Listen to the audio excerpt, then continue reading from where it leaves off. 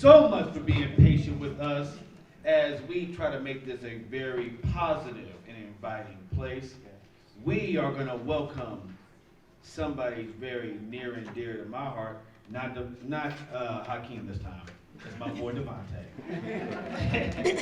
Now,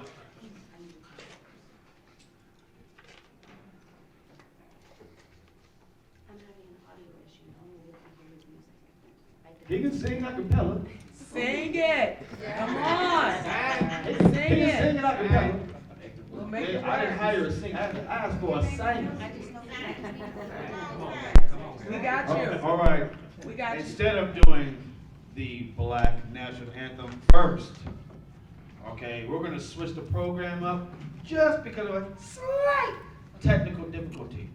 What we're going to do first is introduce somebody else who decided they're going to grab their boots and they're going to walk it in line with us, okay? We decided to enlist some help. Somebody wants to help us help ourselves. And, you know, I don't know when the last time somebody said, hey, here's a fishing rod. I'm going to take you to the lake, and I'm going to show you how to fish for yourself. Help is not help if you still need help.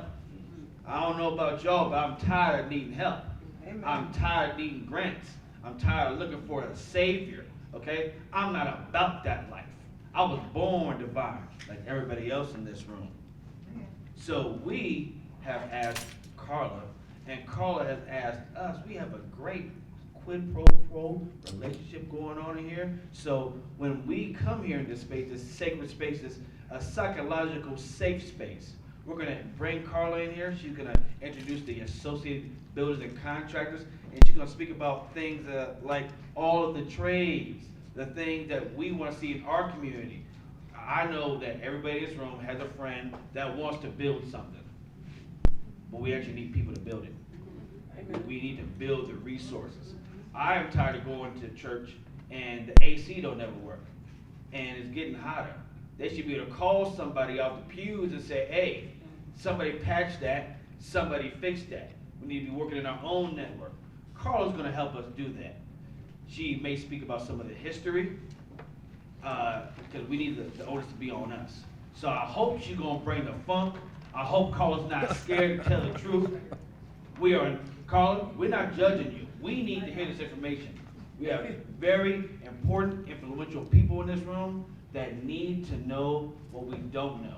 Help us go from unaware to aware. So, without further ado, hey, give her a warm welcome. Clap your hands.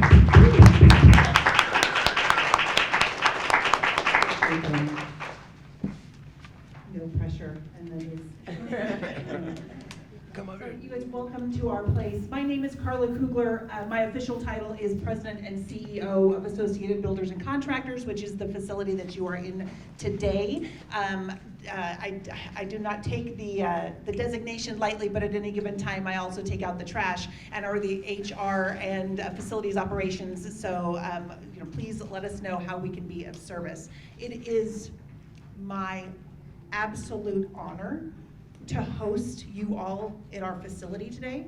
To give you a little bit of a background, Associated Builders and Contractors is a national organization. There are 68 chapters throughout the United States. We are the only one here. We service the entire state of New Mexico. We are the alternative to union construction. Does not mean that we are anti-union. It means that we have 92% of the construction community in the state that chooses not to belong to a union, and we feel that we need to represent that need and give them all of the abilities that provides. So we give safety training, we do apprenticeship programs, we have advocacy, and we were founded, nationally we were founded to help. Our primary goal is to promote fair and open competition. So in 1931, the Davis-Bacon Act was passed federally, but we have a mini Davis-Bacon Act here in New Mexico with the specific intent to discriminate against Black and other immigrant laborers during the Depression.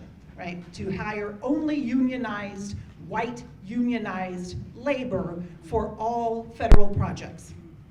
Those laws get passed down, and now that is passed down for here in New Mexico. We follow the Minnie Davis-Bacon. Now, I say that not to cause a stir, because now that has changed. Unions are not allowed to discriminate and those things, but the history still remains, which is why ABC was founded, was to help all contractors, right? All walks of life, anybody that wanted to be in construction and make a life out of construction, that they would have the ability to do so. I make this statement because you would think, oh, we would be a natural fit. Everyone in this room should already know what Associated Builders and Contractors stand for. And yet I feel like when I do go out and do this in the community, I've been with Associated Builders and Contractors for 12 years. I worked for a contractor for 8 years before that. I had 20 years of construction experience, and I still realize every day how little our society knows that we are here to promote fair and open competition. And that's just about exposure. So it's my honor to be here to expose the opportunities that we have for anyone that wishes to make a better life for themselves. We have apprenticeships in 7 different trades. We train carpenters, electricians, plumbers, sheet metal technicians, telecommunications technicians, HVAC technicians, all with the intent to be able to build a life, they build a trade that they will never be able to take away, okay? And be able to bid for that work, to be able to counter all of the requirements that the federal government, that the state government put in place to be able to, quite honestly, not allow small businesses to grow. So I'm really proud. I'm glad to have you guys here. Apprenticeship, to give you a brief, because I know you guys have a robust agenda, and I want to give you. Greta Schumann, who is my vice president, will be giving a tour and explaining a little bit more of the details of apprenticeship during one of the breaks later on today. I encourage you to ask her questions. She is much more knowledgeable.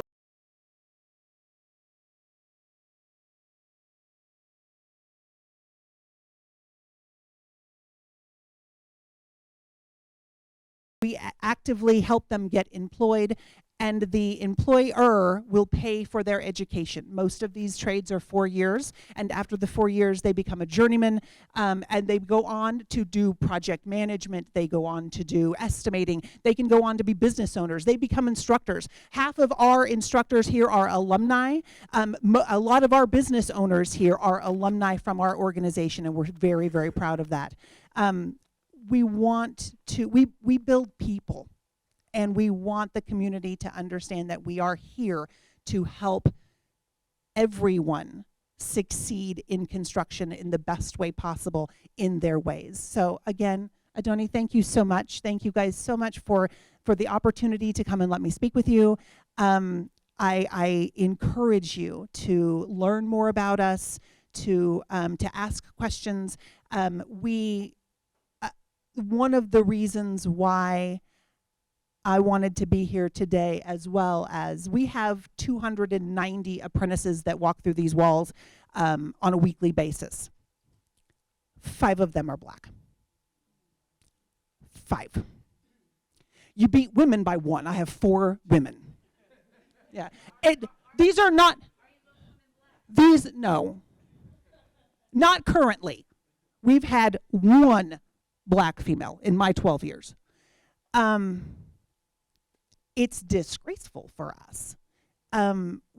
We should have much more women, much more Black community within our walls.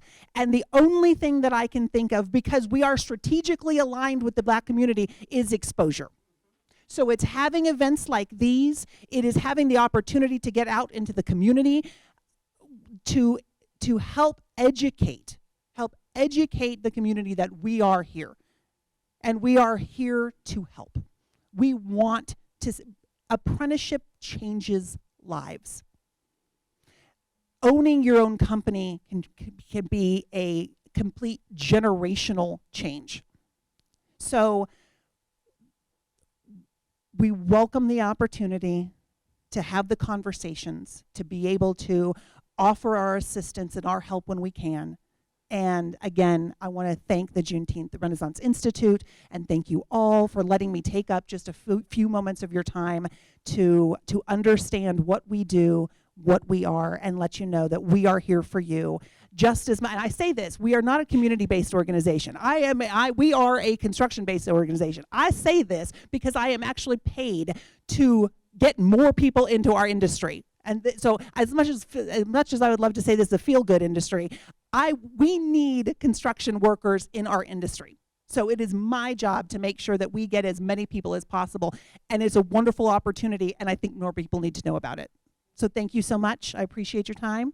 You guys can go on, and I can't wait for hear the national anthem. Tell me. You tell me. I need a job, right? So can I get if I just talk to you, I meet you right now. I mean, you can help me. You can get me into your thing. I mean, we can do right now. I'm saying We do offer employment assistance, absolutely. you going to assist me. Yeah. So we have 180 members throughout the country. I'm talking about your company. Like you said, you got 5 only black people or whatever. So right now, I'm saying somebody from substance here.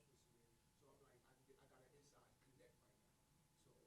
So I'm just trying like I can get a job with whatever you're doing. So I can answer that. Okay. So, because we're going to carry on the agenda. Okay. So, no, that's a great question. I'm glad you asked. So, which prompts me to a segue. We have a sign-up sheet. Okay, it does say Black is Enough Symposium on it for anybody who has interest for the trades. We are also collecting data for how many people are interested in trade, because if we don't have the data, white folks ain't going to be looking at us with no money, okay? Because they want to see numbers. They want to see, black people do want to save themselves. We can support that kind of study because they want to see the study. We've all seen enough studies for things we already know is already real and true, but they want to see it.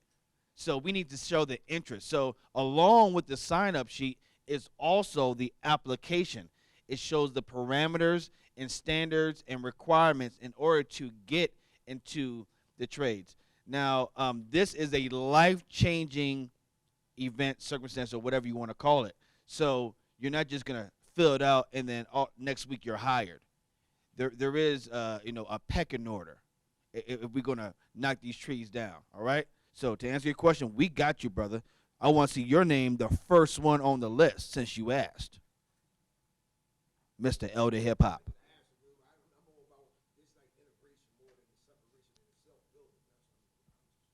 We ain't doing no more integration. We doing unification. You dig?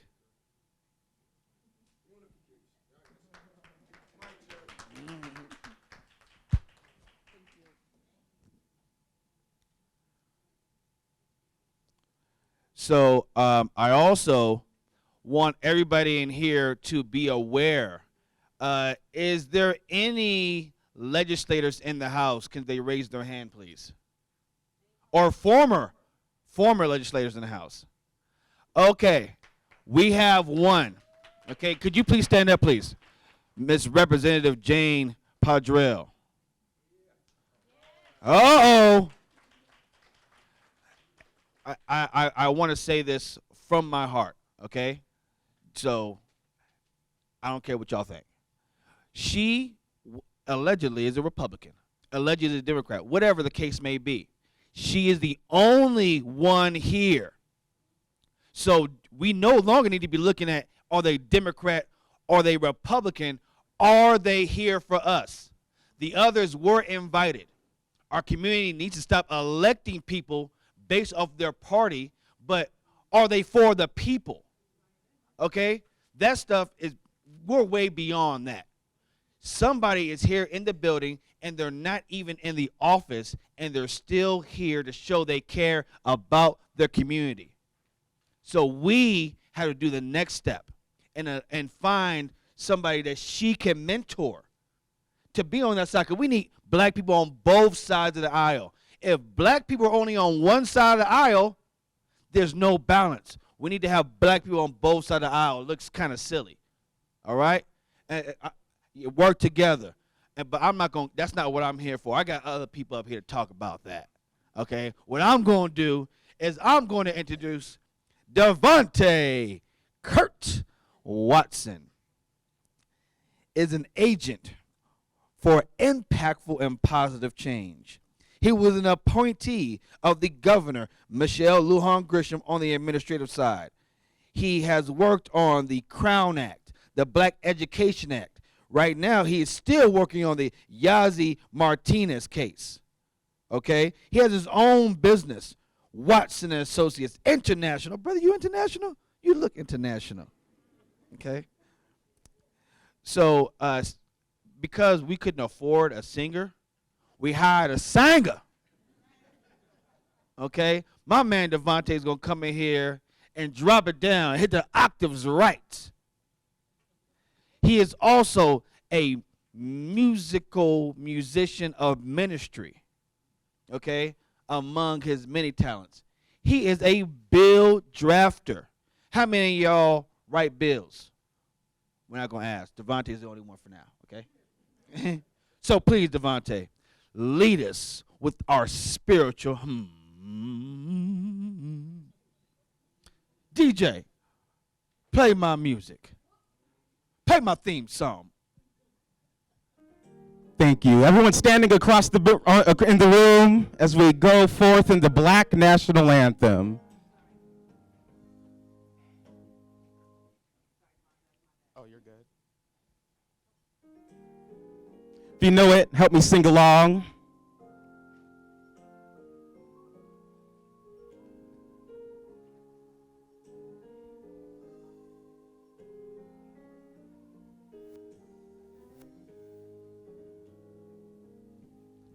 Lift every voice and sing till earth and heaven ring, ring with the harmonies of liberty.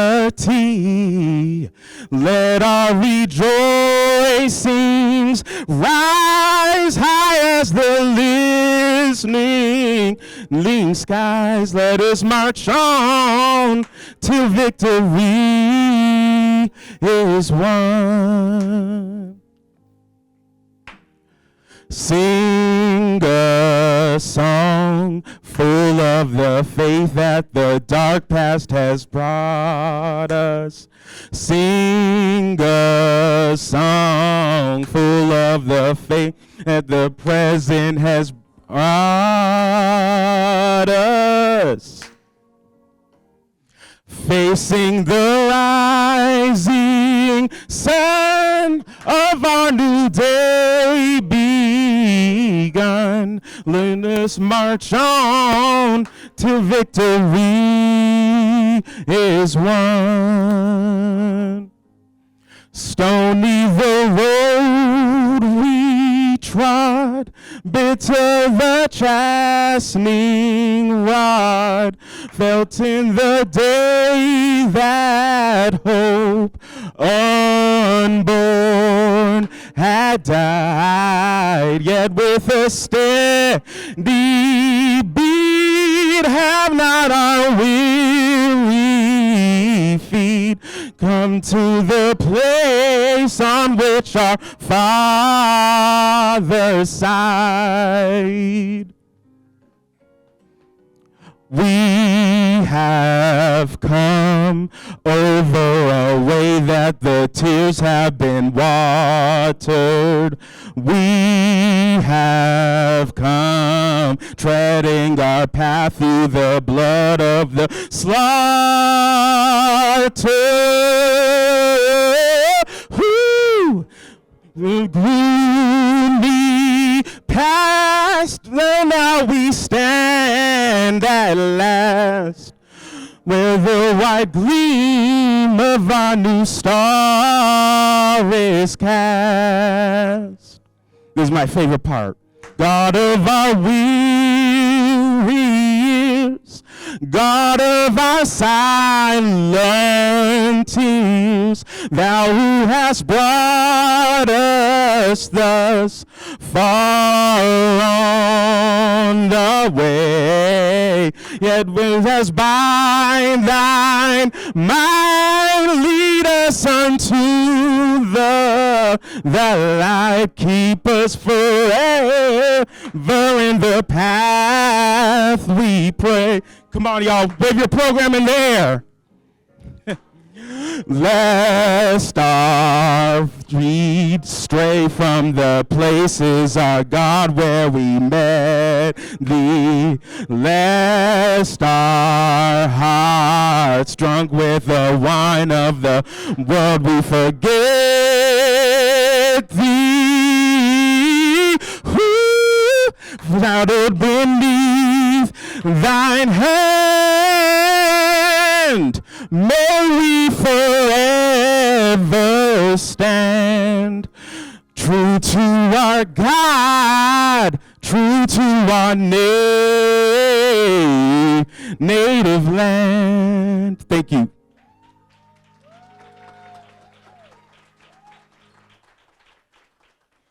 Thank you so much, Devontae.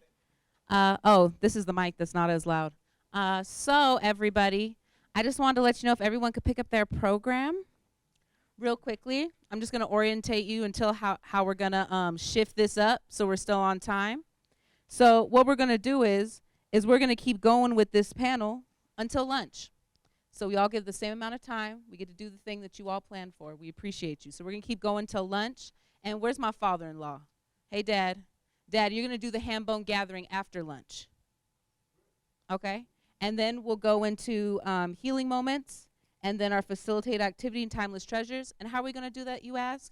No, I didn't just make time. I got rid of the breaks. So there won't be any breaks. So, of course, break at your own leisure. There are bathrooms here. If they get full, there's overflow bathrooms. There's a sign that tells you where staff goes, so don't go down there. But you'll see the bathrooms if you go down that hallway in the breezeway. And just so you know, we have a tent. Did you all see the tent, the canopy tent? So that's a meditation space. If things get heavy or you just need a space, there's a little sound machine. You can change the sound. If you're like, I like white noise, which I don't really, I like the Babylon Brook. But you can change whatever you want to. There's essential oils. You can sit down on the pillows, just have your own space. It's a little covered. You can turn your back, do whatever you need to do. Right next to it's also the well-being table. There's Tylenol, there's cough drops, there's Pedialyte, there's lotion. Just take what you need because we also need to leave for others to receive, right? So take what you need, it's there. Later on, we will have more Easter modalities during the healing moments. But definitely if you just need some Tylenol, for example, or some essential oils, you know where to get them. I also want to point to, because the breaks are being taken out, what we will do is that at, let's see. Actually, healing moments, at 1 o'clock, we will have the tour for ABC. So we will pause the healing moments, so that will still happen. That will still happen if you see that 1 o'clock. If you want to see what the contractors play with, and I'll just let them know to shorten it a little bit, but they'll show you, like, there's so many cool stuff. There's like holes in the ground for the plumbing, all kinds of stuff. The other thing I want to let you guys know about, if you pre-registered for a gas stipend, I have them, so come find me so I can get it for you. If you pre-registered, I have your gas stipend. Yeah, baby, yeah. Well, you know. Did you pre-register? That's the question, because I only got, if you're accounted for if you pre-registered. And the last opportunity, which is totally new, it is new today, we are signing people up for paid surveys and paid focus groups. The surveys will be $30. We'll probably have you do 1 or 2. They'll be a little long. And then the focus group will be 2 to 4 hours. But we haven't planned it yet. I just have information for you to sign up. It's short, just some demographics. So that'll be out on the registration table. I'll keep bothering you guys throughout the day. I'll come in when things are kind of light, hand it out. It's going to be a great opportunity. It'll also be on our website. If for some reason we miss each other, we have a misconnection, it's going to be so important. We are also a think tank, so we're trying to move towards our stories being documented by us and for us. So we're trying to do it in a different way. Yes, we're starting with some quantitative surveys and all that, but that's just the beginning. That's just so we can start with the baseline. We're really planning to do some amazing things, and you all are going to be part of that baseline. So please sign up. And I feel like, is there anything else I'm forgetting? Oh, yeah, please check out our vendors. Okay, please check out our vendors. And we have an announcement from the chamber and some of our vendors that the Equity Vaccine event that's at Shiloh Missionary Baptist Church will actually be on the 27th instead of the 17th. So that's in what, 4 days? So please sign up. Also, please shop with our vendors. We have different artists. We have different stores because we don't have the break. Oh, thank you. Oh, let me. Yeah, so along with that, dinner is going to be served at 6, and there is $25 gift certificates. They're going to pay y'all to get vaccinated. Oh, Lord. So that's this event. That's this event. So what was I saying? Oh, I didn't want you to forget to take some time to shop since we took out some of the breaks. Is Carla still here? I'm sure. I'll ask Carla if we can stay like 15 minutes over so people can shop. Vendors, if you can stay 15, I'll check with that. If you don't hear from me, it's a go. So we'll have like 15 extra minutes because I want to make sure the vendors have time. But I think this program is going to be one where you might need space to walk around. So, feel free to take that space and that time. And then, of course, during lunch, you can take that time. And I feel like there was something else. Oh, please donate. I'm going to put up some QR codes and things. You can also find it on the website. You can also find it in our program.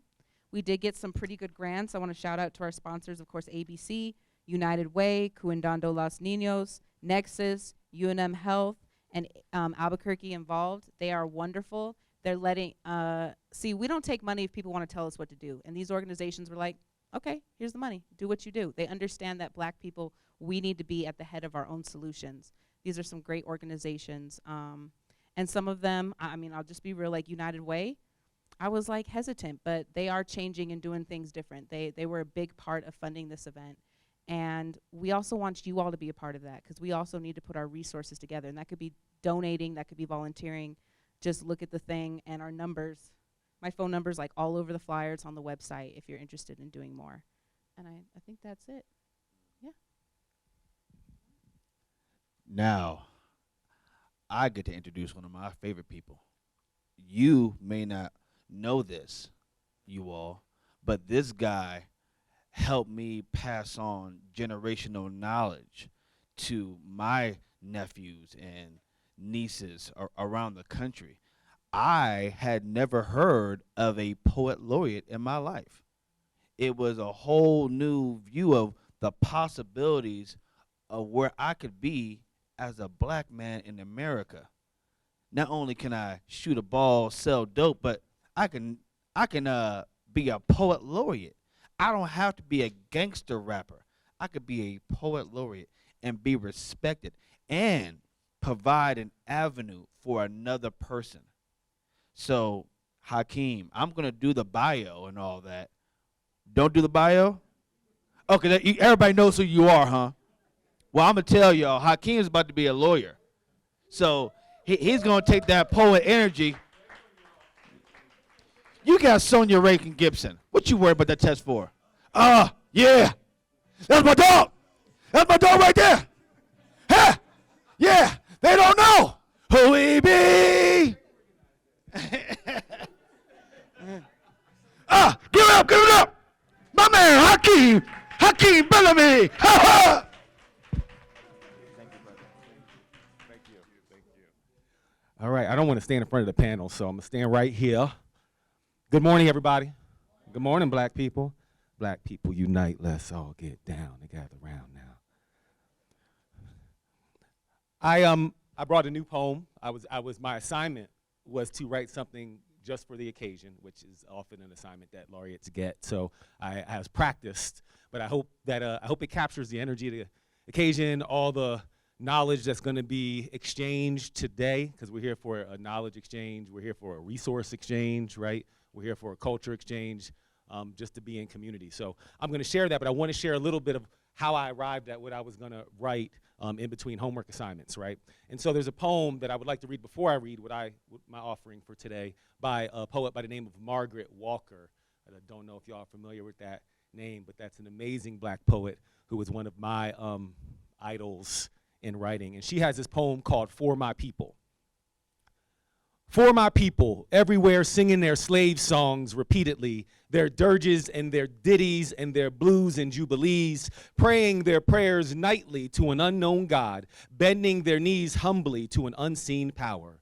For my people lending their strength to the years, to the gone years and the now years and the maybe years, washing, ironing, cooking, scrubbing, sewing, mending, hoeing, plowing, digging, planting, pruning, patching, dragging along, never gaining, never reaping, never knowing, and never understanding. For my playmates in the clay and dust and sand of Alabama backyards, playing, baptizing, and preaching, and doctor and jail and soldier and school and mama and cooking and playhouse and concert and store and hair and Miss Chambi and company. For the cramped, bewildered years we went to school to learn, to know the reasons why and the answers to, and the people who, and the places where, and the days when, in memory of the bitter hours when we discovered we were black and poor and small and different, and nobody cared, and nobody wondered, and nobody understood. For the boys and girls who grew in spite of these things, to be man and woman, to laugh and dance and sing and play and drink their wine and religion and success, to marry their playmates and bear children and then die of consumption and anemia and lynching. For my people thronging 47th Street in Chicago and Lenox Avenue in New York and Rampart Street in New Orleans, lost, disinherited, dispossessed, and happy people filling the cabarets and taverns in other people's pockets and needing bread and shoes and milk and land and money and something all our own. For my people, walking blindly, spreading joy, losing time, being lazy, sleeping when hungry, shouting when burdened, drinking when hopeless, tied and shackled and tangled among ourselves by the unseen creatures who tower over us omnisciently and laugh. For my people, blundering and groping and floundering in the dark of churches and schools and clubs and societies, associations and councils and committees and conventions, distressed and disturbed and deceived and devoured by money-hungry, glory-craving leeches, preyed on by facile forces of state and fad and novelty, by false prophet and holy believer. For my people standing, staring, trying to fashion a better way from confusion, from hypocrisy and misunderstanding, trying to fashion a world that will hold all the people, all the faces, all the Adams and Eves and their countless generations. Let a new earth rise. Let another world be born. Let a bloody peace be written in the sky. Let a second generation full of courage issue forth. Let a people loving freedom come to growth. Let a beauty full of healing and a strength of final clenching be the pulsing in our spirits and our blood. Let the martial songs be written. Let the dirges disappear. Let a race of men now rise and take control. Yeah, that's Margaret Walker. So here's where I messed up. I messed up because I read hers first, and mine will not be as good as hers. That's where I messed up. But I titled this one Toward a Common Utopia, after Margaret Walker and Amiri Baraka, who's from New Jersey like me. Some of y'all know who he is, Leroy Jones, formerly Leroy Jones, because that's where I stole the title from. He has a poem called, oh gosh, what's the name of his poem? Let me get it right for y'all, because y'all might be taking notes. A Short Speech to My Friends by Amiri Baraka. He has this term in there called the image of a common utopia. And so I named this Toward a Common Utopia. It starts with a quote by Aimé Césaire. History is always dangerous. The world of history is a risky world, but it is up to us at any given moment to establish and readjust the hierarchy of dangers. Aimé Césaire, Martinique poet, statesman, and godfather of the Negritude movement. For my people building families with heart and transplanting those same families on their backs, seeking village as refuge from violence, went from sit-ins to cookouts, Jim Crow to James Byrd Jr., Jubilee to Juneteenth, yet with all this modernity, somehow still can't revolutionize a way to put all this history between us, behind us, past as prologue but not prophecy, not meant to retard, but rather to remind us, maybe even repair us in time. For my people birthing businesses from scratch, only thing worse than being orphaned from the system is being orphaned from the family. The war zone is war bucks, and starting a startup is no joke and no cap, like trying to strike water from a rock to put black names on the Google Maps. X marks the spot for people who used to be contracts, so we John Coltrane instead of John Hancock on dotted lines. Black cards and black dollars, when we gonna sovereign blackonomics like McDowell's, reminding one another that we are the wealth that we are looking working for, taking pride in the fact that there is no Wall Street without us. Just look down, even the asphalt is black. For my people who make pride out of prejudice look as easy as making meringue pie out of lemons, and look good doing it. Who, if you catch them on the wrong day, turn microaggressions into massive contusions. My people who don't play that, but do play tonk, pinochle, dominoes, spades, bidwis, and horseshoes, because the native language of laughter and love is the only tongue that wasn't severed as we were shipped across the Atlantic. So we've perfected nonverbal communication, elaborate handshakes, high fives, and hugs, cakewalk and do the Dougie, Harlem shake, and cold shoulders. Truth be told, sometimes we ain't warming up to one another, and we can feel it.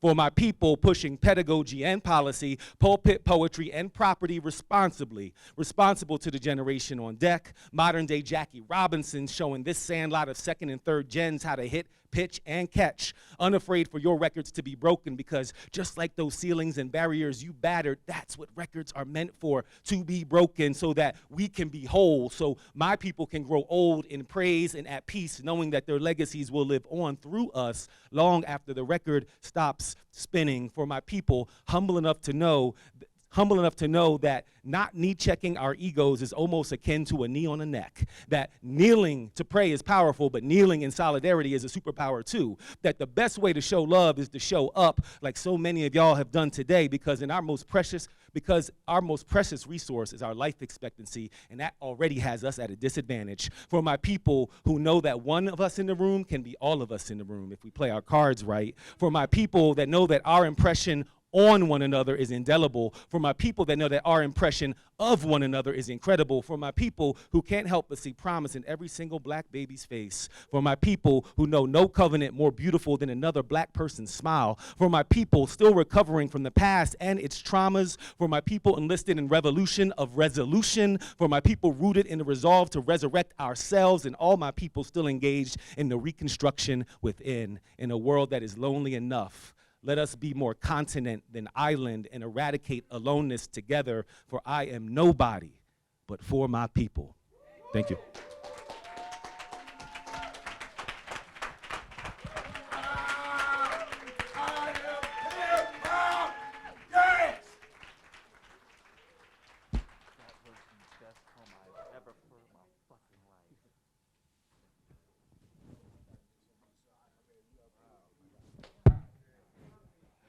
Wow. Talk about a tear-jerking moment. But before you go, Mr. Hakeem, Kev, I need you to make sure you capture a picture with that dude, and that dude. Okay? Right now. Because we might not have another time when we have a legacy of menteeship on one stage. Let me show y'all something. The power of mentorship. Okay? This guy, Mr. Joe Padre, mentored this guy, Dr. Finney Hip Hop Coleman. And the poet laureate was mentored by both of them? Wow.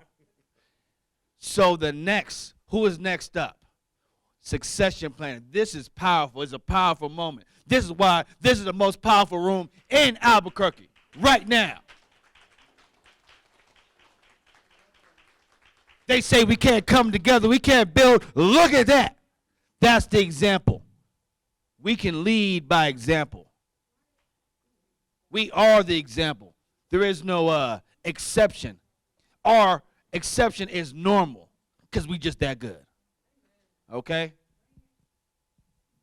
I don't even know how to introduce y'all. My God.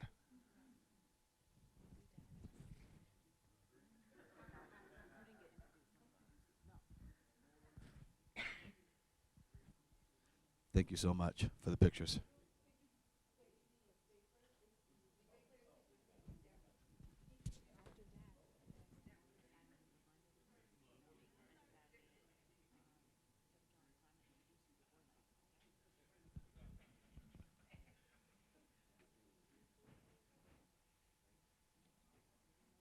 Come on, Brother Yakti.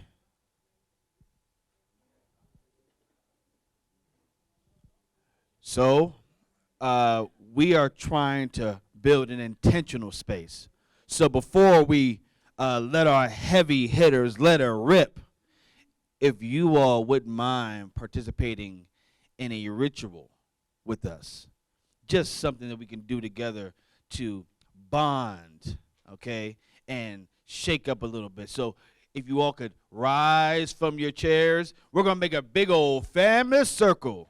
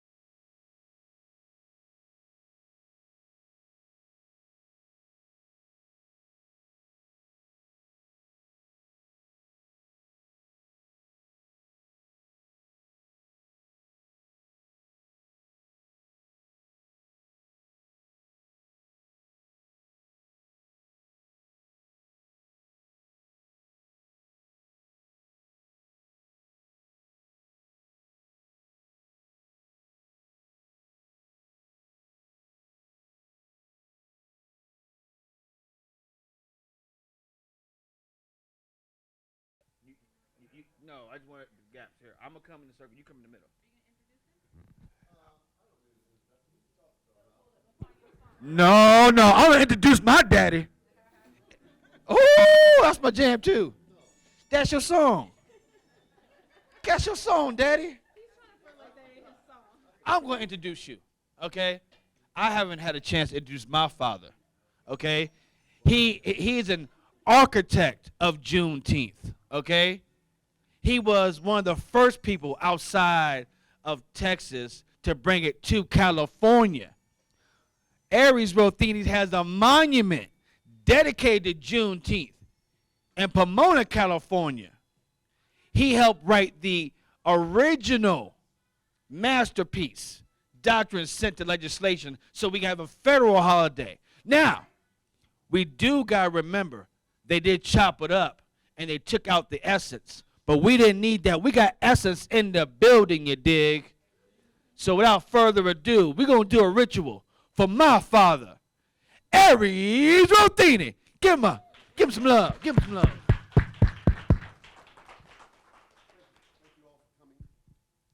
Do I need this?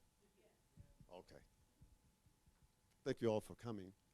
I wanted to do a ritual, and I guess he figured out a way to do it because we don't need that much room, but we need a circle, a semicircle. Actually, the ritual is going to happen after I spoke, but I'm already speaking. So let me see, how would I do this? You should have told them after I spoke. So if you hear me in the speech saying ritual, consider it already done, okay? What we want to do is do good rituals because of the bad rituals that we are constantly under. And what I'm talking about is black shame rituals, okay? And all you have to do is look on commercials or, you know what I'm talking about. Black shame rituals.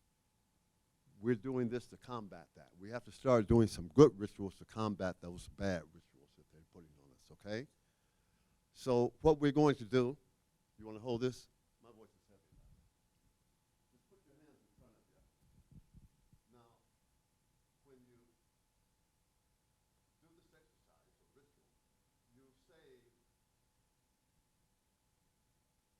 you say something to help others, okay?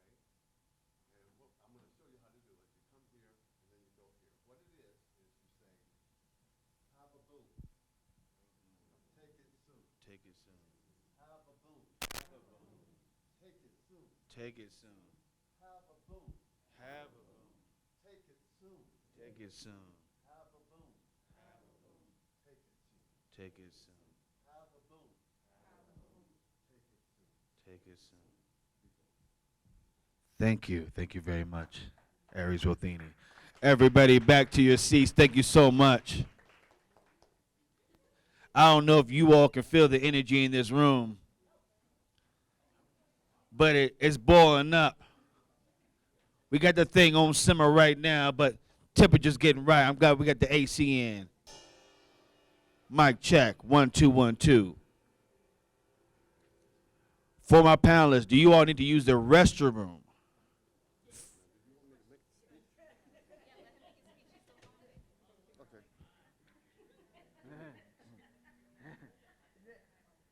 See how much we care for one another? This creation depends on and moves between the biune principle of unity and multiplicity. It is a manifoldness of idea and force and form, which is the expression of an original unity. If we forget our origins, we have not forgot. For it is in our genes. Your DNA will testify to it, the making of you. Even if you still deny, the seed idea has now been planted. You're probably wondering why we're coming together today. Well, for one thing, is to nourish our roots. Also, we need to combat bad rituals. And there's a process that we use that gradually filters through some flavor of our original rhythm by a method we've percolated and brewed that we call the hambone gathering. I'd like to bring your attention to the time of year in general and day in Pacific. In case you didn't know, this is the first day of fall. It's autumn.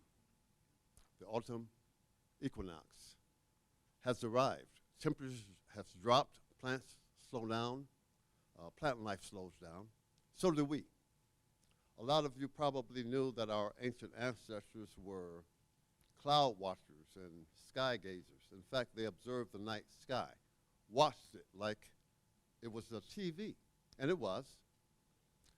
This season always also reminded them of their elders who were in the autumn of their lives and had a lot to harvest. If we could but glimpse the immense intent they serve, and our children, the theme that they are to serve.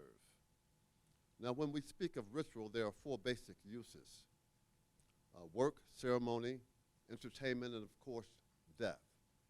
So at this time, we'd like to acknowledge those in the past that have fallen for unity, we that stand here in the present, and those that will rise in the future. Most people are familiar with the civil rights movement in the 1960s. But if you go back 100 years ago, 100 years or so, we find patterns that they almost favor genocide. The Salcombe Massacre in Texas, July 1910. Elaine Massacre in Arkansas, September 1919. The Tulsa, Oklahoma Massacre, May 1921. The Rosewood, Florida Massacre, January 1923. Just to name a few. We realize an untold and unknown number of people have died. So let us give them a moment of silence.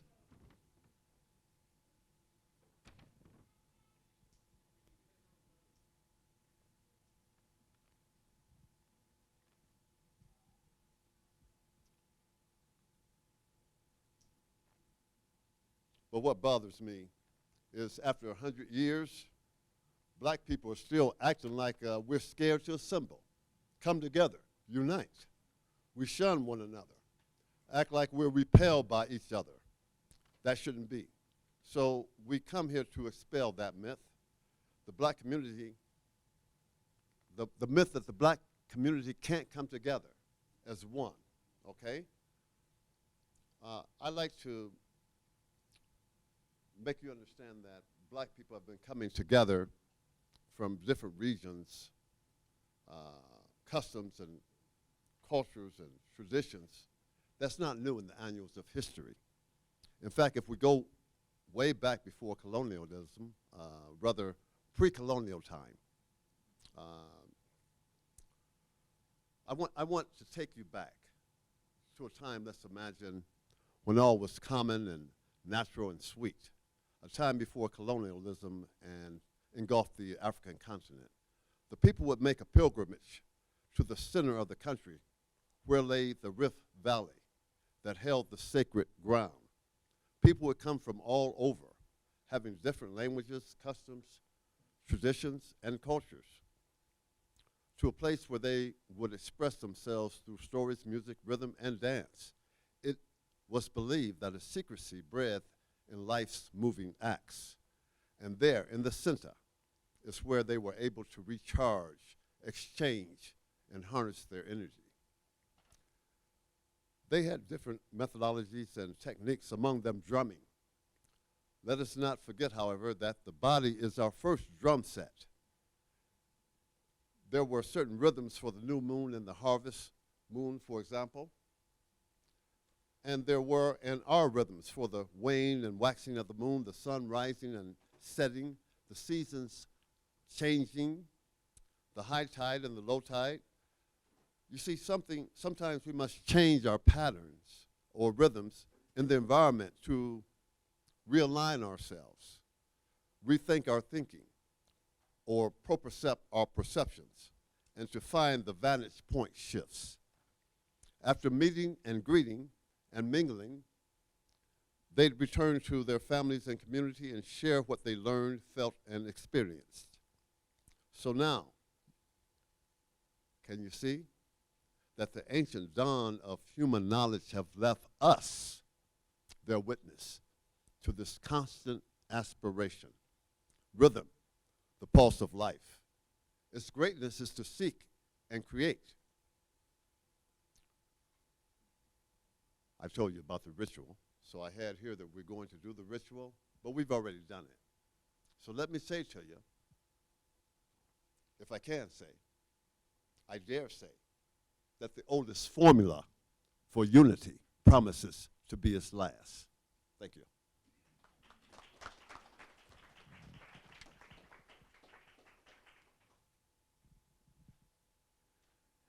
So, before we introduce our speakers of force, we're going to talk about our co-moderators.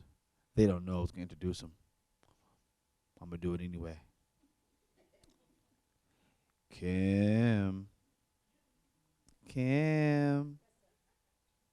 That's Kim Carter, y'all.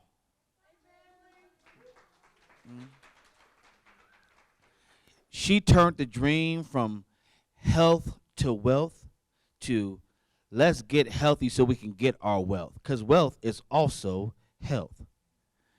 Not only is she a fantastic singer in the choir, she helps you sing while she's helping you work out. Okay? Have you ever heard of fitness and fun? Kim got all that.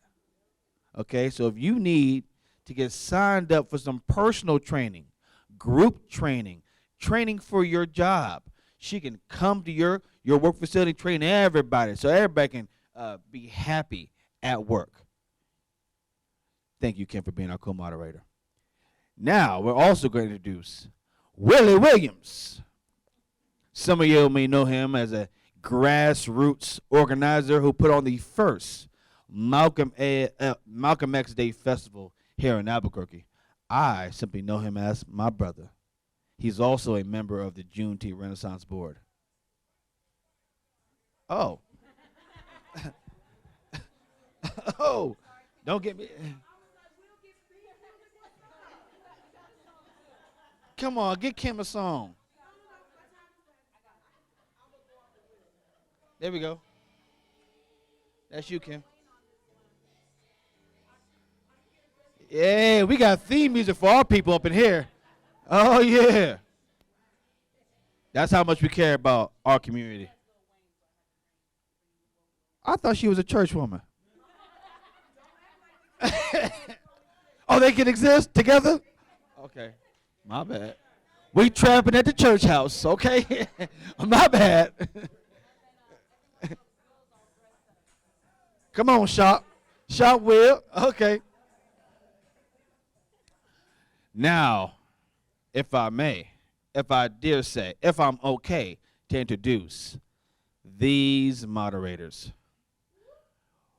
One of them ain't even from America, but he been here long enough to know what the real deal is. Allegedly, he is a refugee from a small village in Africa. Here's my brother, Frederick Vandy, president of Timbuktu Society. Vandy, my man. Where are my bios, my dear, beautiful woman? So I hope not. Oh, all right. So Vandy, a young refugee from the Blood Diamond Sierra Leone. Are you really? Wow. A king from the Mansa Musa tribe, the Mansa tribe, in Mandi. He's a Mandi brother from Mali. He is a senior citizens director in multiple states, Indiana, Georgia, Michigan, and here in New Mexico. He is a licensed nursing home administrator. You've done a lot of work with the Native American community. My God, Apache, Navajos, the elderly communities in Grants, Deming, Albuquerque. Wow, you really do your thing. Wow, healthcare senior initiatives. Wow, you're on the Living Cities initiative here in Albuquerque. Man, Vonda, you was stacked. Y'all got to talk to this brother afterwards. My God. Give me next resume. So, and next to introduce, we're going to introduce Dr. Finney Coleman, president. Oh, he was a president of the Faculty Senate. Are you still president of the Faculty Senate? No? You my president. I want you to hear your song. That's your theme music. Uh-huh. Y'all know he about to light up. He got a theme song like that. Uh-huh. He was the director of the American Literacy Studies, the director of Africana Studies. He has his own nonprofit for dogs. I think it's called DeWitt Cross Center. Canine. I need you to help me with these bios, baby. Put them up for me. Oh, is that Dr. Finney Coleman? How come you look younger in person? You're looking good, brother. Looking good. I also want to introduce Dr. Kathy Powers, a political science professional. Now, you may not know this, but some black people don't think we should have reparations. Boo. I'm just kidding. I'm just kidding. We can reparate ourselves. Okay? She is a true craftswoman in what she's about. I can't. Wow, you got some good songs for them. Wow. Uh-huh. What you got for Cindy Webb, though? I want to hear this. Okay. Well, I'm going to go through these because we have so many panelists, and they have a short time span. We also have Cynthia Webb, because she grown. We ain't going to call her Cindy. She is a mortgage broker out here. Not only does she do mortgage, but she also recruits young black men and women into the trade of mortgage lending. So if you need to liberate yourself and get pathways to your family, please talk to Cynthia. Okay? Oh, that, uh-huh. Hey. All right. Can I introduce Joe Padrell? You guys music up? Oh, hey! What you know about Joe? What you know about that, Mr. Padrell? What you know about that theme song? No. So, as you all know, that is Joe Padrell. Okay, let's keep it real. We wouldn't have Juneteenth in Albuquerque if it wasn't for him. Okay? Sustaining Juneteenth when it wasn't a holiday. He took it out of his own back pocket to feed people for Juneteenth. He didn't charge anybody booth rent. Okay? Mr. Padrell himself said, we all need to stay together.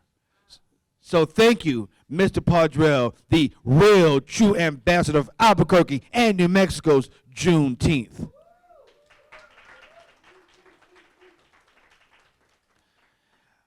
Quenisha. Okay. I feel like I should start spitting too. So, Miss Q, you are the only place I can buy my cakes. My daughter has allergies to soy, dairy, and egg. There is nobody more dependable than you for our black bakery needs. Let's just keep it real, okay? The Food Network wanted to steal her from Albuquerque. Can you believe that? And she stayed for y'all and brought y'all brownies. Okay? Thank you. Did I forget anybody here? I hope not. I got everybody except for my MVP, my most valuable person. My wing, because some birds believe in two wings of one bird. We're one bird, we just got two different wings. And we flying, baby. And somehow God drifted me to you. The sun was shining on me. Yeah. The Lord was shining on you. Oh. Love and happiness. Girl, you make me want to do right. And you make me want to do wrong.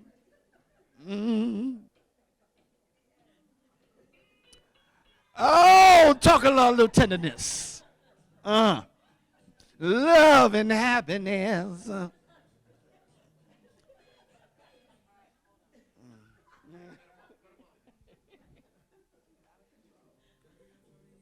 And I just want to real quick introduce my husband, Adoni Rothini, who's been an awesome MC. He got to go do the food stuff, but give it up for my husband. He's been awesome.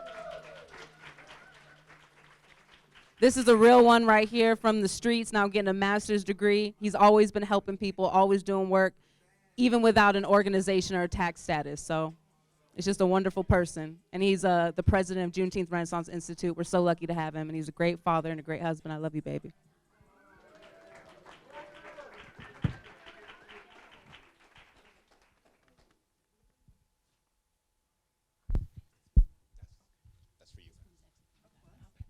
All right, want to welcome everybody here. Thank you guys for being here today, and thank you everybody for attending. So we're gonna start off light, and then we'll get off into some of the heavier questions.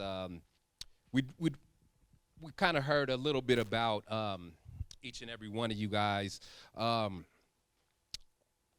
want to hear about what you've done or what you're doing to move the Black community forward here in Albuquerque. That's directed at all of you, whoever wants to answer first. We can just pass the mic. Thank you. So before I start, I want to thank Mandisa, Adoni, all of the organizers. This is a great opportunity and a great event. So yeah, give it up for them, please. That's my primary goal as here in Albuquerque has been as a teacher, and I've got three of my most brilliant students in the room. Hakeem Bellamy is in the room. Mandisa, absolutely brilliant student. And then my guy back in the back, Zero, Akil Bay, that's my guy. So I have some of my students here. I embrace my role as a mentor. And as mentioned before, one of the first people who I met coming to Albuquerque who helped me was Joe Padrell, has been a great mentor to me and so many other people in this community. So thank you. And Also, you know, to second a point that was made earlier, when I first came here as Director of Africana Studies, I found myself at the legislature lobbying for funds for our program. I'm happy that we now have a department, and we have the associate director for that department, someone that I'm really proud to have helped to recruit here, the brilliant Dr. Kathy Powers. But none of that would have been possible were it not for Jane Powdrell. Jane Powdrell is the person who took me under her wing. She was the first person to take me on the floor of the Senate or the House in New Mexico. She would have me have lunch with her during sessions and things like that. And, you know, it was a good lesson to me about, you know, the kind of false dichotomies that we set up between Republican and Democrat, liberal and conservative. Our community needs all of those people. And so, Jane, thank you so much for being a mentor and a leader in our community. But, yeah. But the most important role that I think I play in this community is as a father and as a parent. And I want to thank my wife, Doris Carriaga, the good doctor, Doris Carriaga Coleman, who's always there to support. My niece, Shalisa, who's here, Sugar Mama sitting next to her, and Sony, who's come and lives with us and is a great part of our family. And I say that because sometimes we get so wound up in the roles that we play or the titles that we have, but the most important titles that we have are mother, brother, father, sister, uncle. Today, my uncle, my last uncle, I had many, many uncles. My last uncle is being laid to rest, probably as we speak.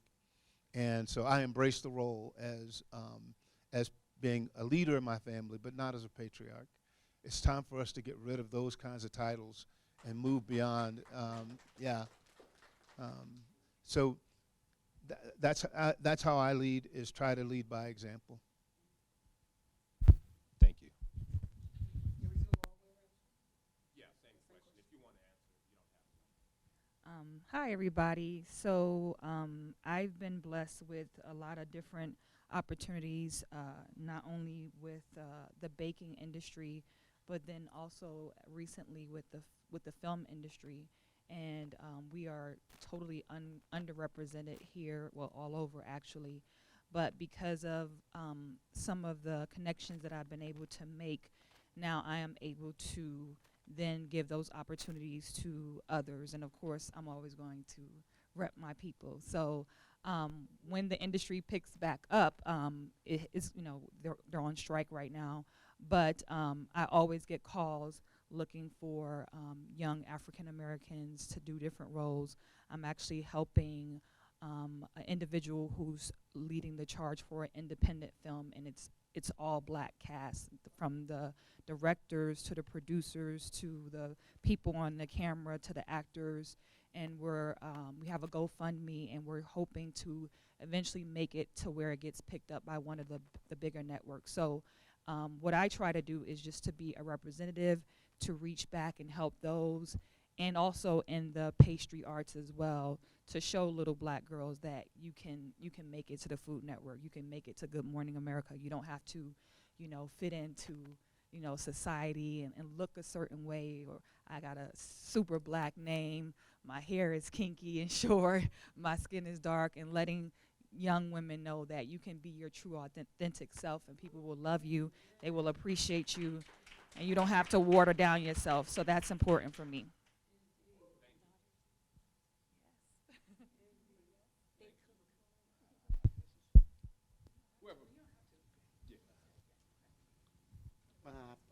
If you don't mind. No, definitely. By all means, please.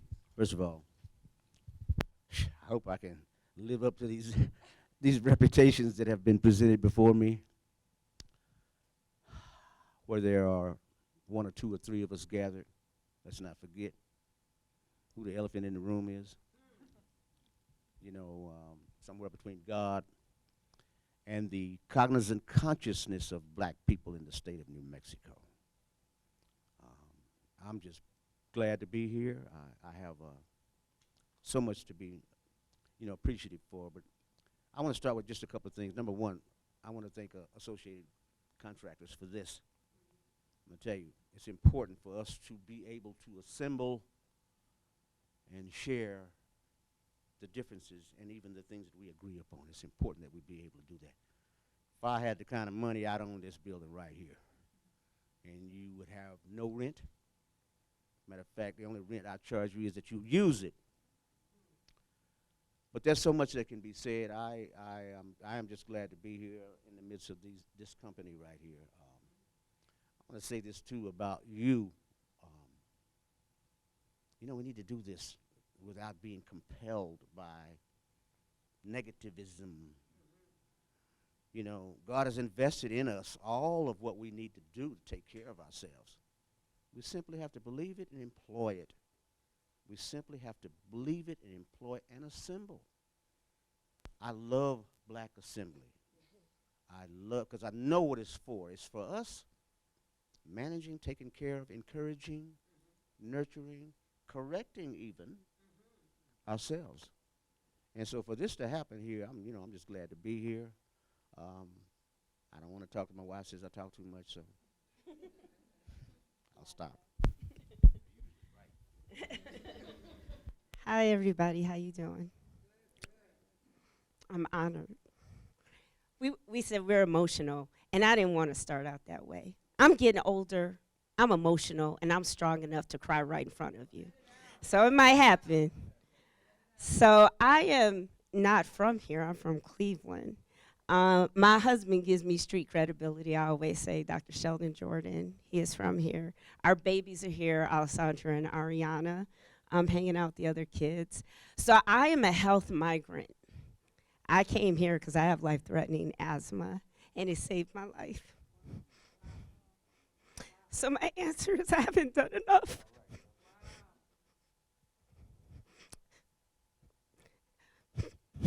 I have family who are incarcerated.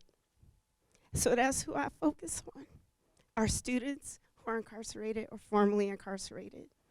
And one of my students I sent to The Hague, and I sent to Barcelona, who's now working on a PhD, who is incarcerated in the New Mexico criminal justice system. So the service that I do, I try my best to do what I can, but I try to focus on the most vulnerable, most targeted among us, because they're family members I could not help. So thank you for the opportunity to speak. And I'll share with you, before I talk, I say, God, give me the words, because this isn't about me. So thank you.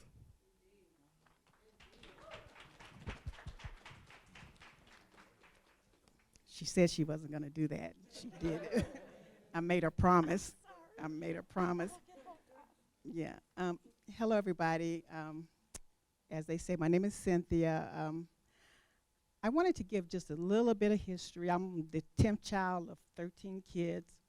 I've lived my whole life in a military environment, even as an adult. So I never understood racism, or there was a difference. My mother shielded us tremendously, I guess, because I didn't understand any of this until way past 30, because my whole life I lived military. But being the 10th child of 13 kids, you start working 4th grade, 5th grade, so you learn to take care of yourself, you know. But it's sad that I never understood this kind of stuff until an adult, until moving to Albuquerque. We're all being real in the room, but the terror growing up was actually in my walls, my dad. So I never knew racism, never, never, never. But now I try my best to give back, because I know it makes a difference, you know, because the only reason why we're still here is because of God, and so we're here for a reason.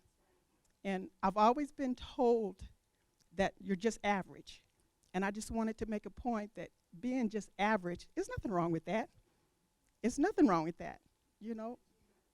Yeah, you know, I have my own business. I have my own nonprofit. I'm a HUD counselor. I'm a mortgage broker. And if you're average, you're woohoo, you know. There's nothing wrong with it. And I'm just really glad to be in this company and to be given these opportunities.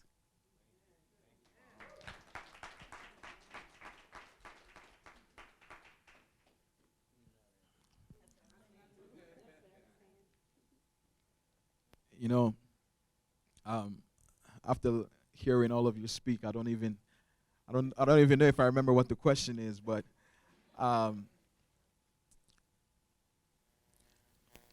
DJ, can I get that song that you said it was for me? Yeah, yeah. Can I? Yeah. No. Yeah, yeah. Yeah. Let me just get that song so I can speak on answering that question. You know what?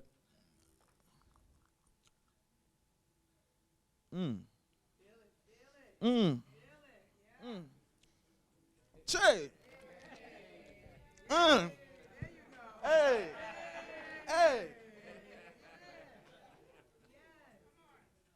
Thank you, DJ. Thank you. You know, I had to do a quick Mandinka dance on it because the question is what are we doing for our people here, right? I never listened to Beyonce. But when she did Black is King,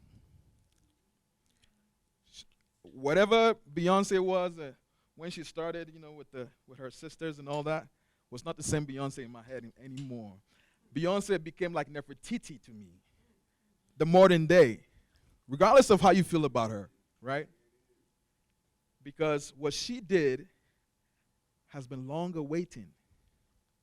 When I see an African in the diaspora singing songs with Africans from the continent, that is very powerful.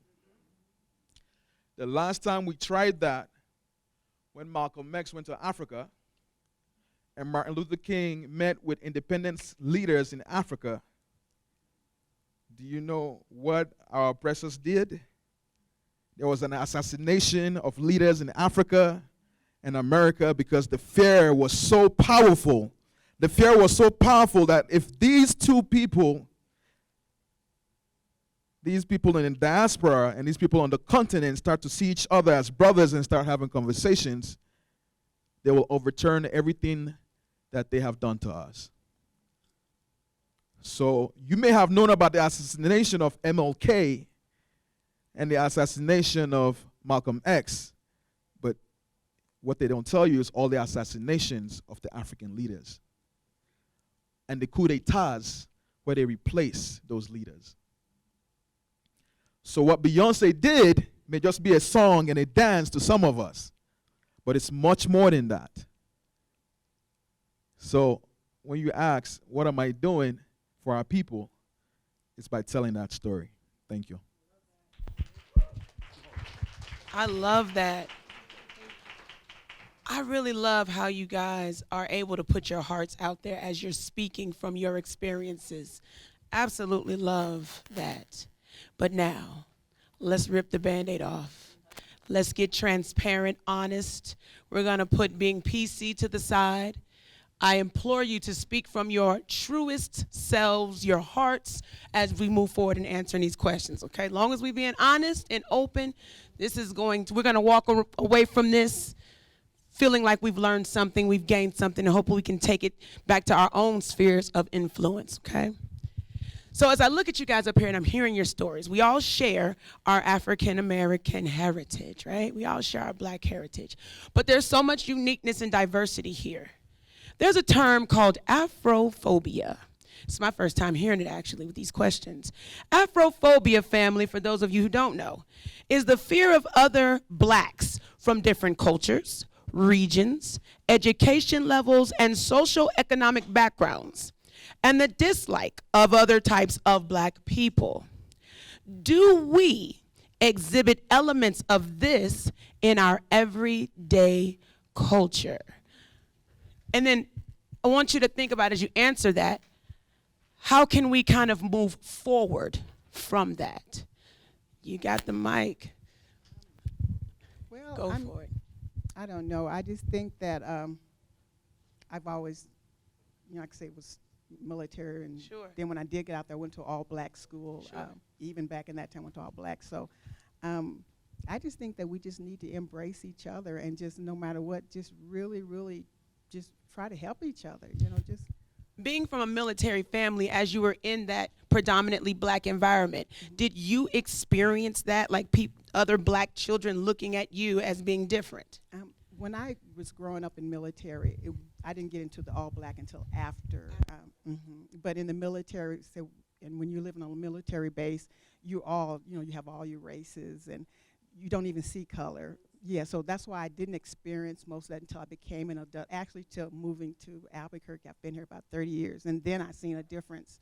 And I just different when you come here. There's like the blacks here are different from the blacks that come here. Right. With me coming, I'm still smiling and grinning at everybody because it's not a color, but it is a color. Gotcha. Is there anybody else? Elder Padrell, will you address that as well? New Mexico is infested with Afro. What was the term you used? Afrophobia. Phobia. And we're taught to be that way, whether we want to accept it or not. The Willie Lynch letter has been argued as to whether it was real or not. But that is how you control people. You make them fearful of themselves. See, I'm not supposed to really understand her. Right. I'm not supposed to understand Finney. Right. That's to somebody's advantage, not ours. And that's going on here in New Mexico a lot more than we want to recognize. You see, we got some good white folks here in New Mexico. We got some good Hispanic people here. That's not my point as much as we got some great black people here. Amen. Say it loud. And our phobia is keeping us from seeing them to our advantage. That's why I'm saying what's happening here today, if it does nothing more than make us realize what we have to our advantage. We're an advantage to each other. You know what a pleasure it is for me to know her, the rest of y'all? And nobody's going to tell us to appreciate ourselves. They will tell you, she's from Cleveland. I don't know what that's supposed to mean. Right. You know what I mean? I've witnessed it. I enrolled in University of New Mexico in September 16th, 1965. It was the first time I experienced how people from Albuquerque were regarded. I had a brother from Chicago tell me, and I'll use the N-word, but y'all know what I'm talking about. He said, "What's niggas doing in Albuquerque?" And he said that to insinuate that we were nothing here. In my whole 4 years at University of New Mexico, I had a fight with him. He pulled a gun on me a couple of years later. Matter of fact, the day after Martin Luther King got assassinated. The phobia, I don't know what made him think that, but it was the first time I realized that people had a perception of people from New Mexico that could be labeled.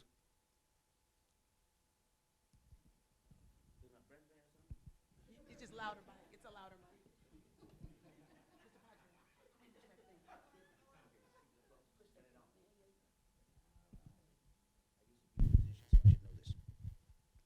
But we have a phobia in this place that is to everybody's advantage except that. We need to stop that. Yeah.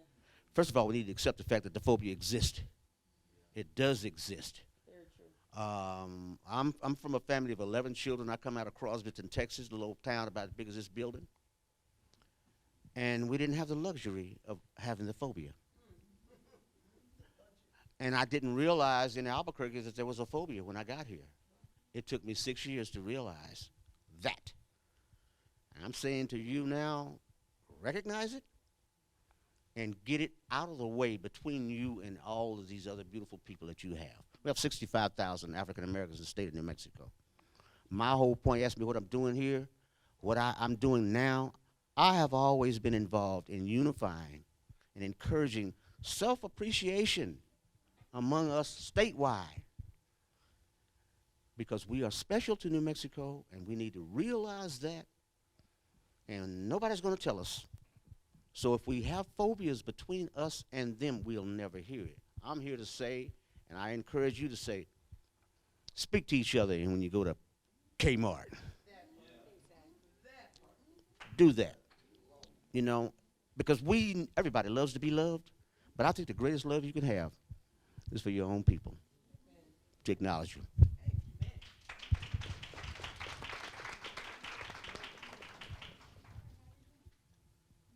Okay. Yes. Did you want About this? So what I want to say is the consequences of not addressing this. So in African American reparations, historically, it has been Pan-African until the last 5 years. So ADOS, the American descendants of the South, took hold of the reparations movement and defined out people who were not Black American, defined as at least one parent who's a direct descendant of an enslaved African, which caused tension with people of Caribbean descent, African descent, and people from the diaspora across the planet. I don't think that was their intention. I think they wanted to focus on here, but not recognizing that people across all those categories found themselves enslaved and discriminated against at different times in history. So they asked me to consult them, so I want to share this with you. And they invited the Caribbean community to address this issue directly. And what I told them is, and I say this because you are the people who will change the world. When you have the power to define in and out people, think very carefully about how you do that. Because what I told them is, we are one group that has never fought each other or tried to kill each other over the question of reparations. But we have seen this across the planet. And if you begin to exclude people and create contention among us, we don't want to see violence among us. So as we are leaders working in different areas for our community, be very open, be very broad, and be very careful of exclusionary policies you might develop, not recognizing that it could create new tensions among us. And that was the lesson for me, and that's what I shared with them. So as far as I know, where we left it is ADOS is working with the Caribbean community to collaborate on how we can work together. And so I know they didn't realize what they were doing, but when Caribbean voices were present and showed the pain that they felt as a function of that, the best thing they could have done is create a dialogue. So I would say, as we do that here, we have to think about the diverse communities in the Black community and how do we make sure that we're inclusive as much as we can be. Thank you.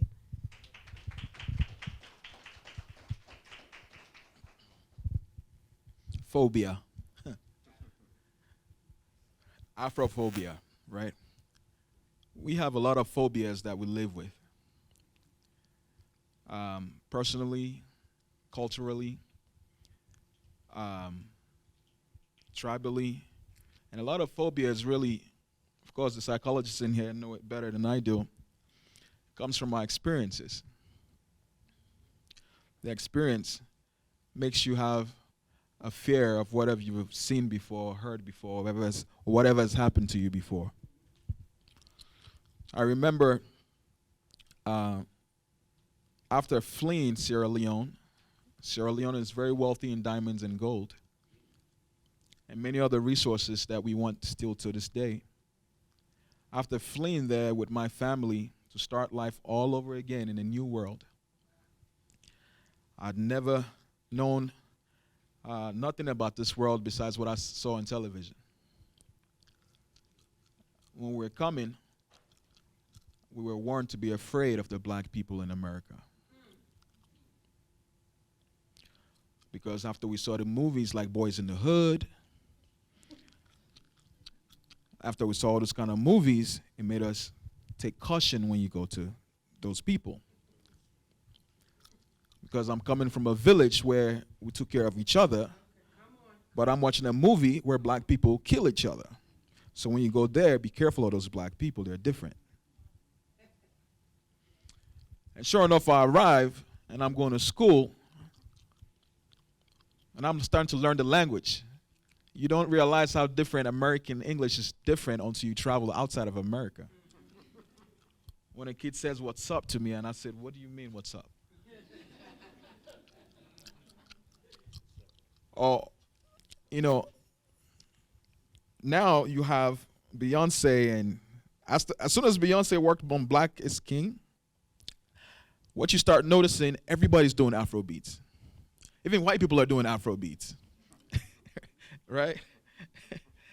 But it just takes one person to do something different to engage, to say, we're going to engage this African music. This is where we come from, and we're going to engage it. The reason why I say this, because back when I went to high school, or I should say middle school, It was tough to be African. Anywhere, Maryland, Indiana, we got called names like, I don't know if you ever heard this name, African Booty Scratcher. That title always confused the heck out of me. I'm like, what is, number one, I don't even know what that is. What is an African boot? And then, you know, out of my naivety, I'll respond to the kids and say, who told you I scratched somebody's booty? I don't scratch nobody's booty. Why do you guys call me that? You know? But the phobia. Because the only way these young brothers know me is by watching a television that shows somebody running around the jungle. And they will ask me, did your parents run around naked in the jungle? Did you live in a tree? And I'm just like, what are you guys talking about? And it took me a while. So we used to get mad at each other. We were mad at each other. And it took me a while that, wait, there's a third party in this whole play. There's a third party in this whole play. And that third party is playing us.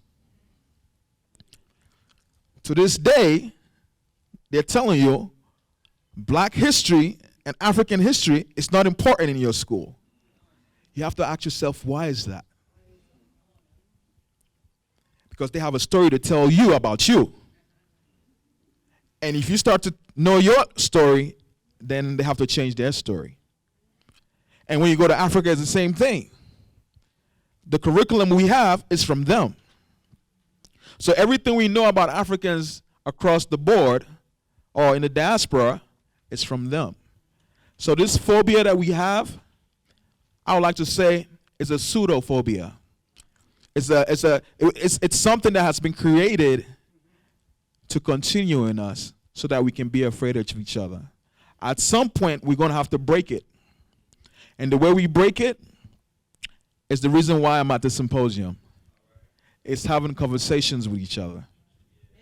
Thank you.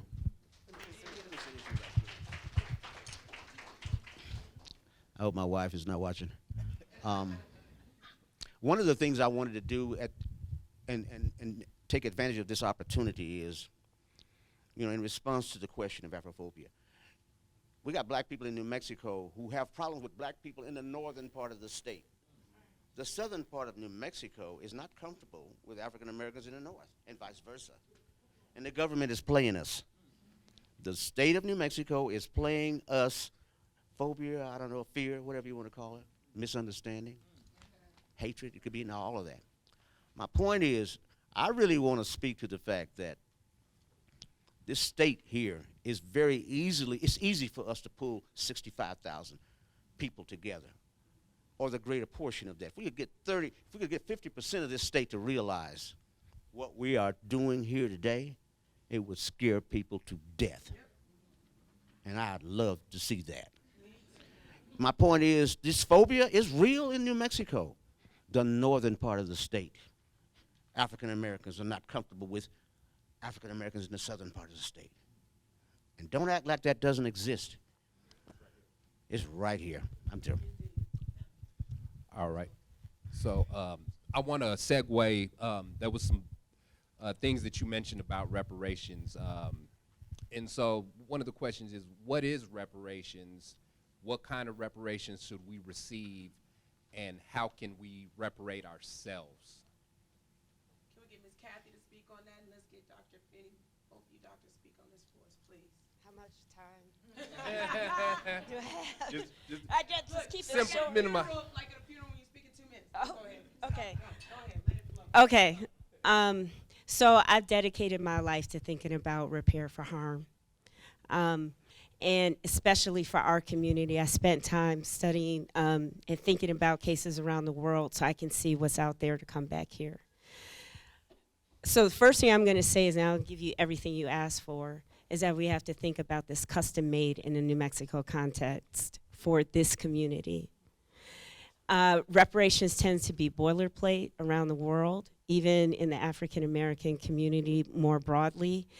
And Joe Prodrell and I were just talking earlier, and I said, this is a unique context, a unique history, and unique challenges that our community faces here. So we need to take sort of some of the examples I'm going to give you, but think about here, what might it look like? It can be money, and it can be a lot of other things. So first of all, reparations started out being about punishment and war. So the losing country paid reparations to the victorious country. Think World War I, World War II, and the Persian Gulf War, right? And the Persian Gulf War is the largest reparations effort on the planet and in human history, which I can go on about. And so, so we think about it more broadly as something fine-based, punishment-based. And on the other side of it, historically, across all peoples of the world, across religion, across political, cultural, legal, economic perspectives, languages, civilization, the idea of repair for harm is across all major religions of the world. The Hadiths in Islam say you must repair harm right away. They actually pay reparations faster than anybody on the planet because of that. So we have instances of reparations being used to repair harm between people, between groups, between countries, international organizations, towards other kinds of actors in the world based on this idea of how might we repair harm. That can look like restoration. What was taken, you give back. If your vote was taken away, reparations is giving that back. Your land taken away, given back. But what happens when your family has been enslaved and nobody's here who was originally enslaved? And the effects of that last today. What happens if you've lost your home, you've lost property as a function of the human rights violations you suffer? So compensation, the stereotypical money for compensating the harm that you have experienced, is a typical way in the West that we think about this. But the global South, the African continent, Latin America, Southeast Asia, they have other ways of thinking, cultural ways of thinking about repairing harm. You walk a mile every day and you get the water for a mother whose son you killed. And you face her every single day for the rest of your life, and you do what her son would have done. This was done in Rwanda after the genocide. That was a form of reparations, for example. It can be rehabilitation for the physical harm you've experienced and the psychological harm you experienced. The cutting edge area of reparations today across the planet is health. Should you have free health care for the rest of your life? Should community health centers be created in communities where you have access to free health care? In the Caribbean, 10 points, the CARICOM 10 points. CARICOM is a international trade organization that English-speaking Caribbean countries have used to pool their power together and seek reparations from the UK for slavery. And one of their points is health care. That it shouldn't just be a check. What is the ongoing inherited effects of, for instance, the inherited trauma from our ancestors? For example, neuroscientists recently found that in black men, one of the DNA changes as a function of systematic racism is that black men don't sleep deeply compared to other men. Ready for fight and flight and protection. So what does that mean for our lifespan, right? And I'm sitting there with an Iraqi neuroscientist who's like, this is an amazing adaptation of the human body. But do you understand what that means? You got a car going 130 miles an hour all the time for the consequences for life, right? And this is why we have to protect the black men in our communities, right? Because, and we can talk about black women and maternal mortality, right? Infant mortality.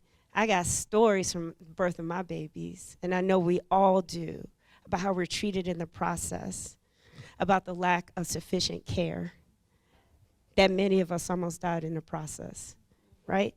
So I'm going through this to think about what reparations might look like in our community.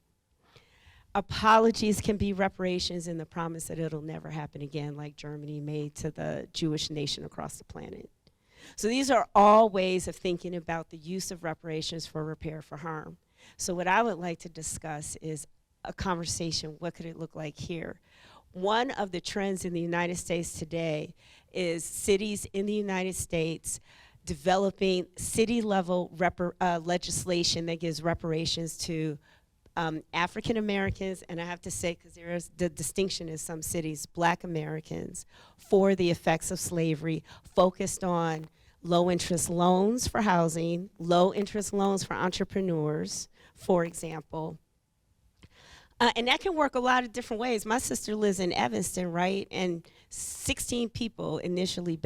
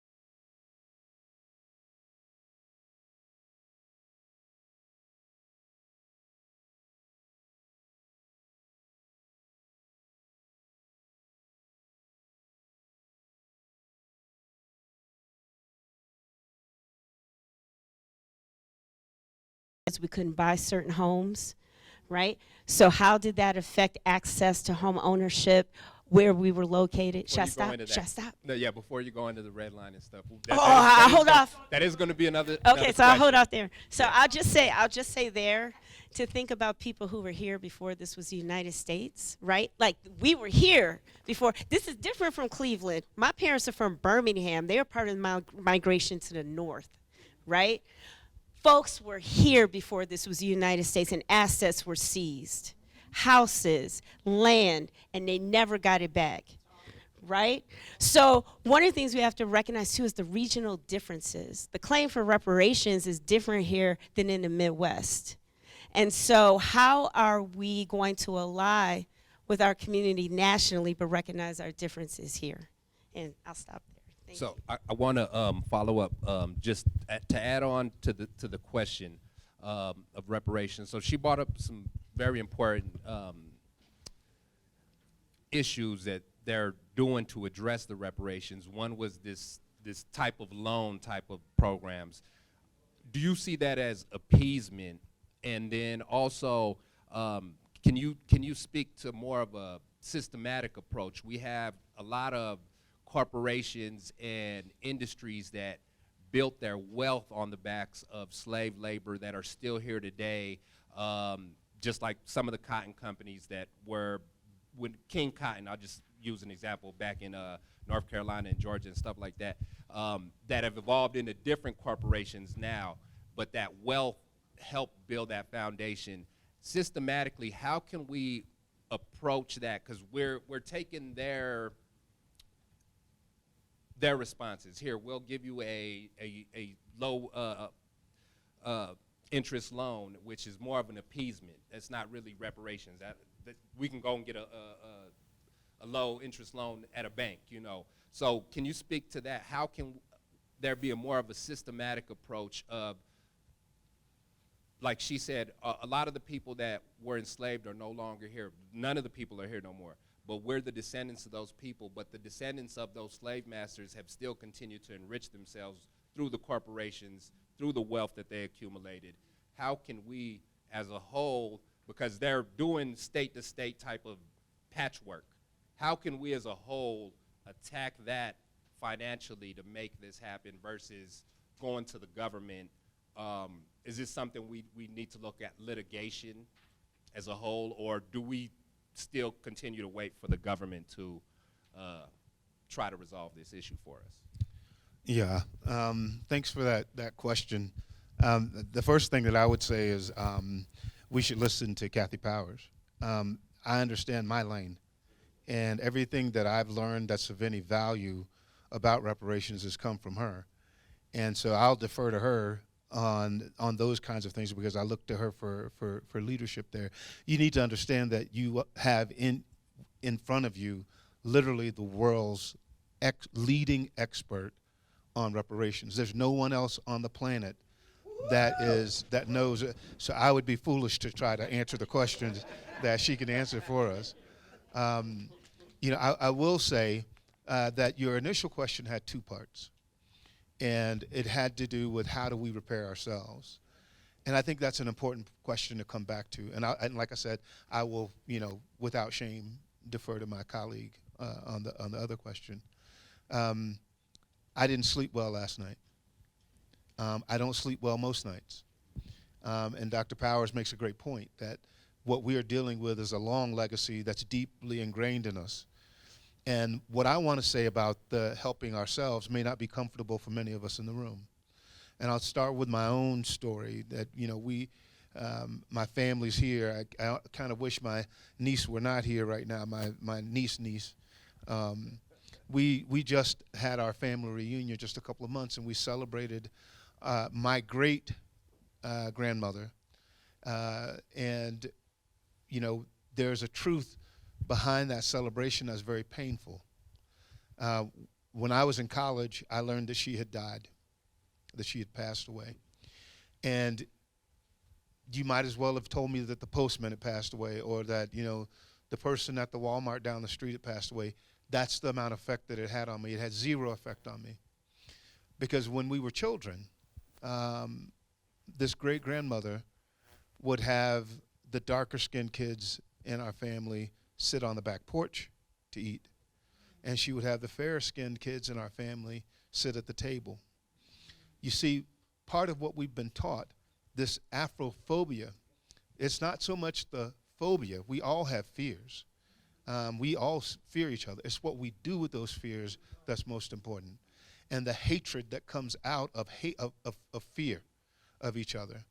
And what we might call intra-racism, which in my opinion is far more devastating to the black community than racism has ever been. Because it's that moment when we look at ourselves and we see hatred, we see something that we don't like, and then we act on that. That intra-racism is what we need to extirpate. We need to get rid of that. We need to train our children from day one that when we look at each other, the various shades and hues, the different hair textures that we have, all of the eye colors that we have just in this room alone are all beautiful, all part of a spectrum of who we are. And if we can only embrace one part of that spectrum, then we've made a huge mistake because we are a beautiful, dark, light, green, blue, brown group of people with incredible talent. Amen. And that is why we need to go back to these things like reparations. We need to go back to how we self-heal. And what we have to do is we have to be honest about the stories that are within our families. And we have to go, yes, we need to go to the UN. We need to do a lot of this. That's how Malcolm X got killed, right? But we have to go to the person. We have to go to the person that we're in the room with every day. And we have to heal there first and foremost. We cannot heal our community until we heal ourselves.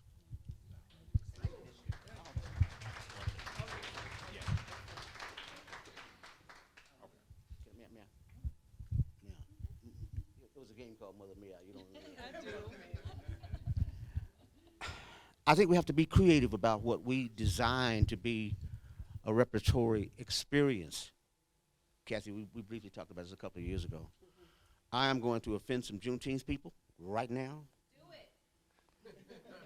Because I think Juneteenth was a mistake. Making it a national holiday was a mistake. I think it could have easily been an act of reparations. Do you realize that this country, releasing people from work, federal, state, and county, pays to its employees about $500 million a year from here to eternity on Juneteenth? Little creativity, that $500 million goes to us. It goes to us. It goes to same money, same source, but it depends on how you want to attach it. And I'm saying Juneteenth, we gave it away. That's really how I feel. I don't want to offend nobody, but that's how I feel about it. It's too precious to us.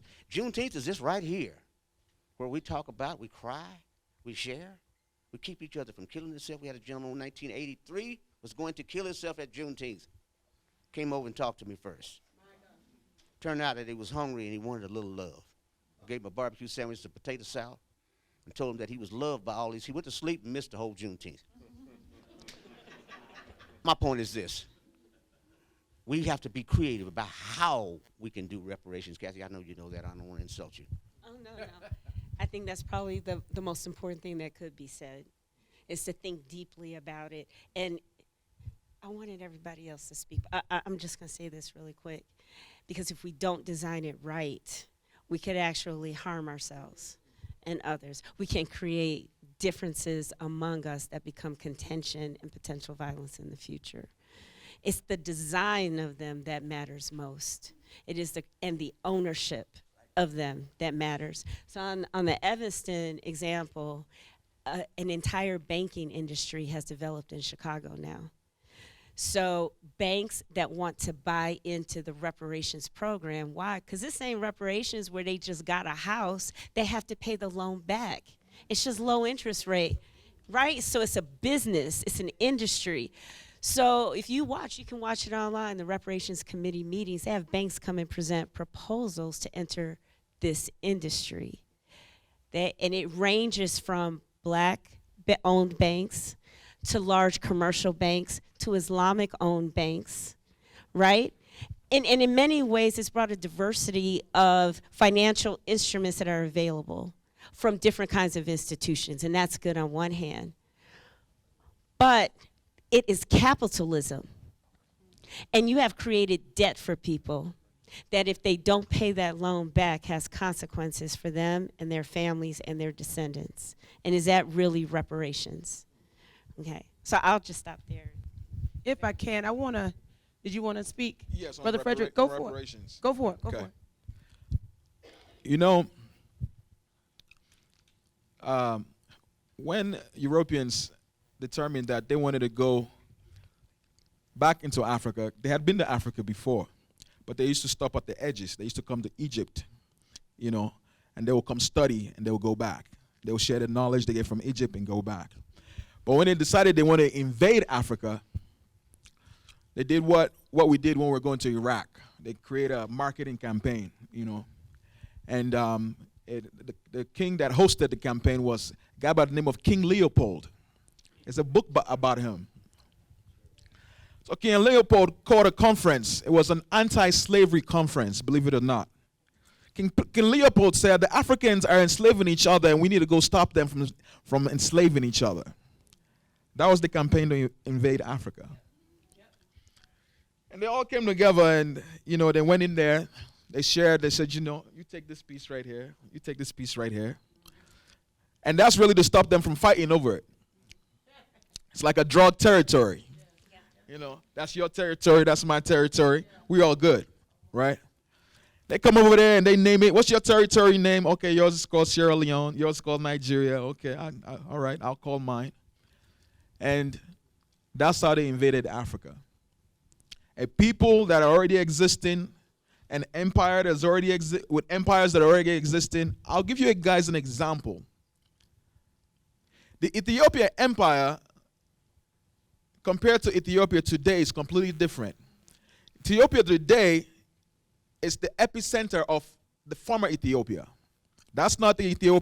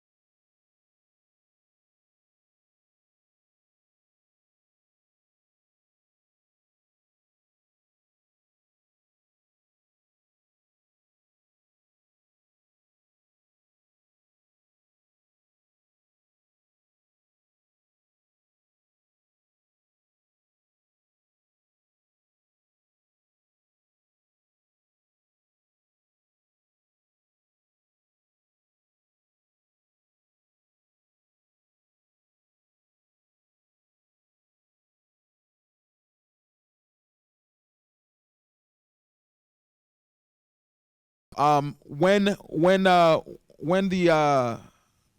the Europeans, Britain specifically, wanted to end slavery, they said how we're going to pay them back is we're going to create a place for them in West Africa. That's how you get the capital of Sierra Leone. The capital of Sierra Leone is Freetown. That capital was for freed slaves from Europe to be able to return to Africa. United States, when they outlawed slavery, did the same thing. Because the fear for white people was we don't mind freeing them, but if they become free, how are we going to live with them? How are we going to sleep in the night knowing what we have done to these people? We can't have them free. So they created free lands in Africa. So as far as the question of reparations, I don't think it's even possible to be able to pay it. And then second, I think we as Africans need to be part of this. And this is where I'm talking to Africans now. If you've never been to the continent or you are not born in the continent, it's not directly to you. The Africans on the continent, we owe it to our brothers and sisters to pay reparations. When Europeans used to come over here, they got how many acres and a mule? 40. Okay. So we need to do the same thing in Africa. We have a land that is, if you put Europe and Russia all together, it's still bigger than that. Right? Any African who wants to go to Africa and have land should be given to them in land and livestock. That to me is a way for us, our people, to say, because of what happened to you, you have a right to return and you have a right to earn land and livestock in Africa. Thank you. Brother Frederick, will you please pass that mic to my girl, Miss Q? This question is going to be directed firstly to Miss Q, and then I would love Dr. Finney to jump in, and then anyone else who wants to have a word, you surely can. The running theme of what a lot of you guys have been saying in talking about reparations on that tail end of the question is about reparating ourselves. I think we do an injustice if we don't talk about the internalized oppression that we all struggle with. So, Q, how does it mess with our minds, internalized oppression, and stop us from breaking free to create economic success collectively? And then how can we turn that around? Oh, gosh. And I will repeat it at any time if you need me to. Yes. So internalized oppression, I think I see that a lot, unfortunately. Let me see. I'm trying to say this in a... Say it like you thinking it. Say it No, like... I know. I am. I want you... No, we want you to say I wasn't it. talking about holding back. That wasn't my problem, because I don't hold back. So what I will say is I'm not originally from here. Me either. I'm originally from Brooklyn. And so, yeah, represent. And so what I've seen here, and even from when I'm able to go back home, right? So I recently went back home in May for my daughter's graduation, and seeing some of the same people that I grew up with still in the same environment. They haven't left, they haven't moved, they haven't done anything. And I see that a lot here too. And I think it's a mindset that people have, and they feel like this is the best that I can do. It kind of goes back to what Cynthia was talking about with, just being okay with being average. And I think that's a huge problem for us. And of course it's okay to do and to live and to enjoy things, but to me, I don't think God placed us here to simply just be average, because God isn't average. And I think we do ourselves a disservice by simply just accepting what it is. So growing up in Brooklyn, I grew up in the projects. It was pretty much everything you can think of. The one thing my mother always instilled in me was, this is not where you're going to stay. She always made a point of letting me know, we are here right now, but I'm working towards more. And so for us, what we need to do is we need to have that for ourselves and make sure we're instilling it in other people, and especially our children. So I remember when I started my business, right? I was known as the girl who left Sandia. That was like the title for me. People would literally come into my store and say, "You're the girl who left Sandia to start your bakery." Because here, Sandia was the place to work at, right?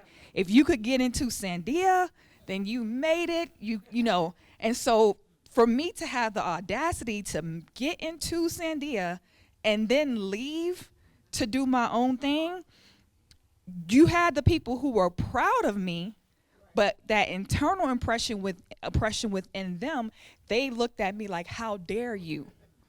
How dare you have the audacity to leave, because they couldn't see themselves doing what I did. And so it was a struggle, because I had so many people telling me, well, there's this bakery, there's that, and I was like, that's good for them. That's great for them. And so, and on the flip side of that, I just want to encourage people, because, society and even ourselves, we like to make it seem like you have to have certain things in order for certain things to fall into place, right? You got to be the biggest, you got to be the boldest, you got to be the baddest, you got to be whatever. But let me just say one thing.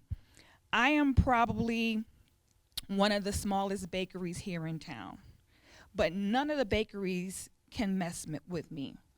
None of the other bakeries can say they've been on Good Morning America. None of the other bakeries can say they've been in the Wall Street Journal. None of the other bakeries can say that they've been picked up by the Food Network, PBS New Mexico, the Cooking Channel, and on and on. None of them have the same accolades that I have. And not only that, all of the opportunities that have come to me, I've never sought any of them out.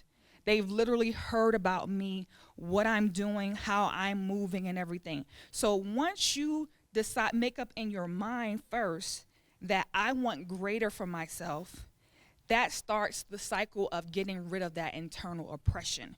Because then you start to believe it, you start to speak it, you start to live it, and you get back what you put out. Amen. Come on, Dr. Finney. Talk to us about that internalized oppression. How is it stopping our money?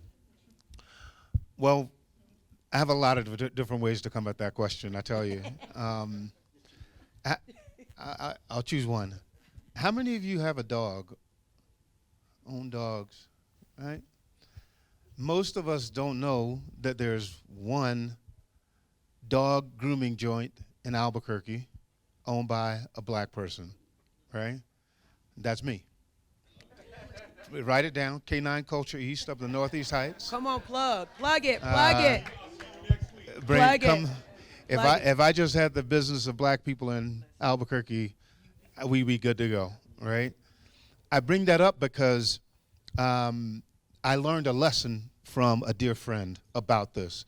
It has to do with what happens when you internalize the oppression. You're told what you can and you cannot do. A dear friend of mine, DeWitt Bolden, young black man growing up in Florida, loved dogs, loved showing dogs. About 2 years ago, we lost DeWitt during this COVID epidemic. And that's how we wound up in this business. But DeWitt was told he could not do this, he could not do that. DeWitt went on to win not one, but 2 Westminsters. Now, let me tell you what that is. The Westminster is the highest award that you can win for showing dogs in this country, right? And some people never get to a Westminster. He got there and won twice, a little black boy from Florida, because he did not allow what people told him he could not do to affect what he does, right? And all of us have probably overcome that in our own life.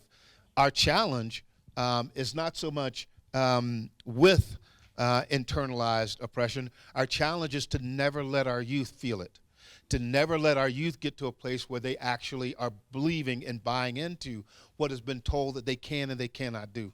We have to open those horizons for them, show them everything is available to them. Had you told me 2 years ago that I would be owning a dog daycare business, I would have laughed out loud, right? Because I couldn't see that for myself, right?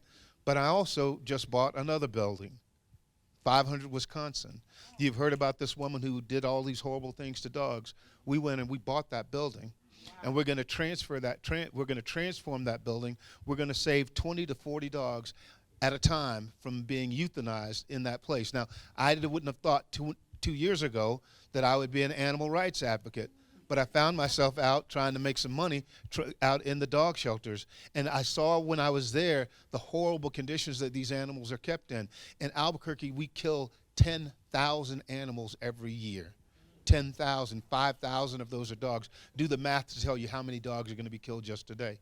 And so those dogs we're going to train those dogs, we're going to give them to veterans, allow the veterans to use those dogs to help save their lives. So what DeWitt Bolden, a little black boy, started in Florida just by walking dogs and learning how to groom them, is going to grow into this thing where we're serving veterans, helping them to save their lives through PTSD and the like. We're going to work with children who are aging out of our foster care system. We're going to work with young women who are coming out of the prison industrial complex. We're going to train them. We know that if they have jobs when they come out, if they have training when they come out, the recidivism rate is very low for them. It's high if they don't. We're going to work with women who are survivors of domestic abuse and who are sheltered in our city. And we're going to work with this Gateway Center. That's something that black people are going to be able to do in this community. That's what we're putting back. You feel me? Yeah.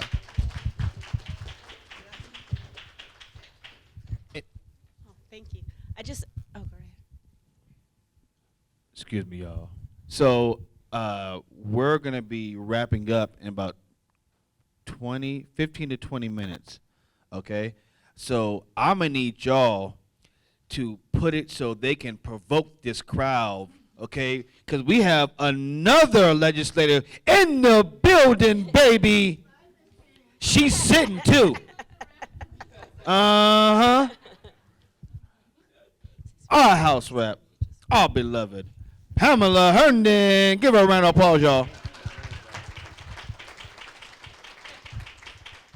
She's so cool, she don't even want to be represented today. She just want to be one of the people. So we appreciate you. So make sure we hit them hard, okay? This is not the time for y'all to hold back, Dr. Finney Coleman. I don't hold back, bro. All right? And we need everybody to get on Skahoot. It is time to get ready to ask questions you want to answer to. And don't hold back either, because they said they don't want to hold back either. So let's let it all out, get off our chest. Thank you. All right, I just want to, real quick, a follow-up question, since we're talking about internalized depression. So we've all in our life have dealt with this in some form or another, whether it's dealing with other people, then you can see it, or within ourselves. How can we prevent this moving forward, but how can we protect our youth from this being like something generational that it seems that we pass on? How can we protect our youth from that not being a generational issue for our youth, internalized oppression? I've been wanting to say this here. This is what I really came to say.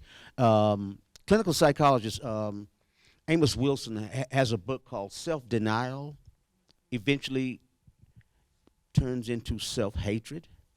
Us not having some things here in place in New Mexico. You know, you don't have a museum of African American. My wife is a director. She's been a director of a museum for 22 years, and it doesn't have a place or a pot or a window. We are depriving our children, the next generation, and the state of New Mexico. They need to know more about us, but we need to have a repository for our history. Self-denial, we're denying ourselves some things that we should have. A museum is one of them. We got a chamber now. We also are denying ourselves our relationship with history. I want to point out 3 dates that are important. 1894, you had a black organization that was doing exactly what we're doing now. It was called the Colored Republican Club of Albuquerque, of New Mexico. 1894. In 1909, we had an organization that's doing the same thing that we're doing here now, called the Independent Society. We have the 5th oldest NAACP in the country. It was started in 1915. 5th oldest. we're denying ourselves some things, and in so doing, we are hurting ourselves. We're hurting the next generation, not having some things in place. We don't have a nightclub. It's important for the mating process, if nothing else. You know, where are you going to go tonight? Young people in Albuquerque, and I have some young people, they hate this place. It's no place to socialize. We are denying ourselves. You can blame it on Hispanic people all you want, and they need some of that blame. My point is this. We need to blame ourselves for not having things in place, a few things in place. And that needs to stop. That's how you deal with the next generation. You make it comfortable for them to live here. Thank you. So I just want to ask a question. And whatever you do or some space in your life, are you a first? Raise your hand. Now, are you an only? So what we've talked about, you know, in terms of internal oppression has been how we have had agency in working on it. But what happens when you find yourself in one of these positions and you didn't choose it? And history and our community is counting on you. That's a different set of pressure, right, that we need to talk about whether you choose to embrace it and how do you address it. That can be overwhelming. And not, I will share with you, as far as anyone knows, I'm the first black woman in the country to be tenured in quantitative international relations and political science. That's 2013. Should that be the case? No. I'm the first tenured in political science and not only, and I moved my tenure into Africana studies to free myself of the oppression intellectually, that the things that I was interested in, there was no space for. That I took my entire enterprise and I brought it to Africana Studies to build it for our community. But the weight of that pressure was significant. I just gave birth to 2 babies up for tenure. And the country telling me, you can't walk away because you're the first and it could take us a decade to get somebody else. So when we're talking about the internal oppression of how we see ourselves, when we find ourselves in these situations, what support is there? And we also don't know that almost everybody here is in the same situation. That's characteristic of being black in New Mexico. You are a first or you are an only or you are both.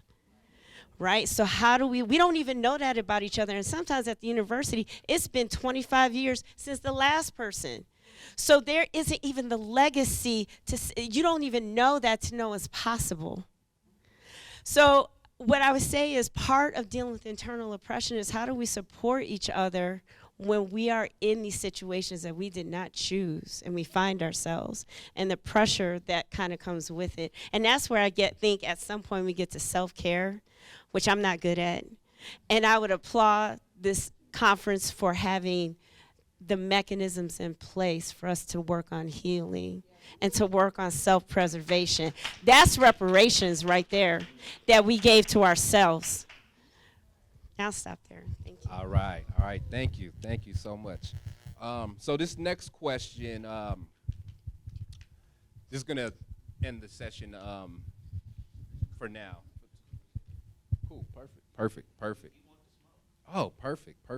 So in our community, a lot of times we have a lot of the established organizations and established entities in our community that they always get the blame. So a lot of times, like the black churches, the fraternities, our other elected officials will get the blame for anything that goes on in our community from us. So we tend to just blanket, box them in, and it's their fault.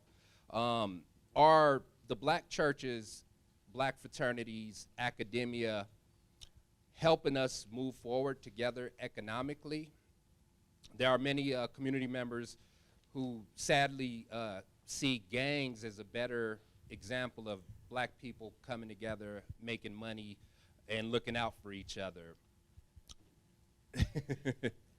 How are those organizations helping us move forward, and how can we eliminate gangs as an alternative to our youth coming together and seeing the camaraderie and all of that brotherhood. So as a refugee from Sierra Leone, I just escaped from Blood Diamonds. You can go watch the movie so you can see. They watered it down so you can watch it, right? And when I arrived in Columbus, Ohio, I think the name of the school was Woodward Park, okay? You know, and the neighborhood we're living in, the guys approached me and said, for you to live in this neighborhood, you have to be a Crip. I'm a teenager. I just came from West Africa. I don't know what a Crip is, what a Blood. I don't know none of these things. You know, what is that? Is that a tribe? Is a Crip a tribe? That, you know what I'm saying? Do I go through tribal marks? What is it an initiation that I have to go through and see the elders? What is a Crip? I have no idea. But what I do know is, once I start to see how these guys are moving, it reminds me of something that we have back home. The Mandinka, which most of what they call African Americans come from, have something we call the rites of passage. So I have a child who just turned 10. He has double digits now. When he turns 10, he becomes a man among us. And becoming a man is when you learn what it means to be a man, because you're graduating boyhood, what it means to be a father, what it means to be a soldier. And for the Mandinka, we take it even to another level. You learn secret languages. So if there's a war or there's a fight and we need to go, we'll go out there by sending those secret languages. Now, I left because of the war. A lot of those things broke down. So I left before I got the rites of passage. So when I got here, I thought maybe Crips is like, that rites of passage. And I'm saying this because what happened to me is what's happened to all African Americans. Everything that we have had in place that has made us last since Adam and Eve has been broken down across the Atlantic Ocean. Nobody needs to come teach us. We've already been around this neighborhood. Been around the block? We've been around the block for a long time.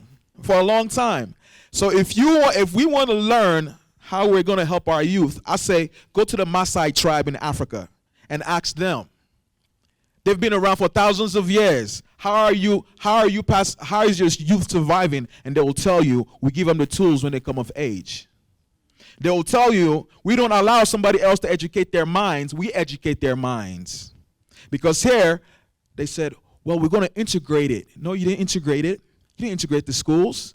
If it was really integrated, your children will come to my schools and learn my education too. But you took my children to your schools because you wanted their minds.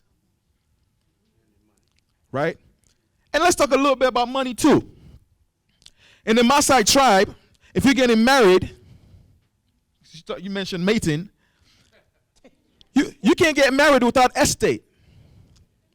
A lot of us have jobs. A lot of us have businesses. How many of us own estate? So if I come to you and I say, you have a beautiful daughter that I would like to introduce to my daughter, you say, where's the estate? Where's the livestock?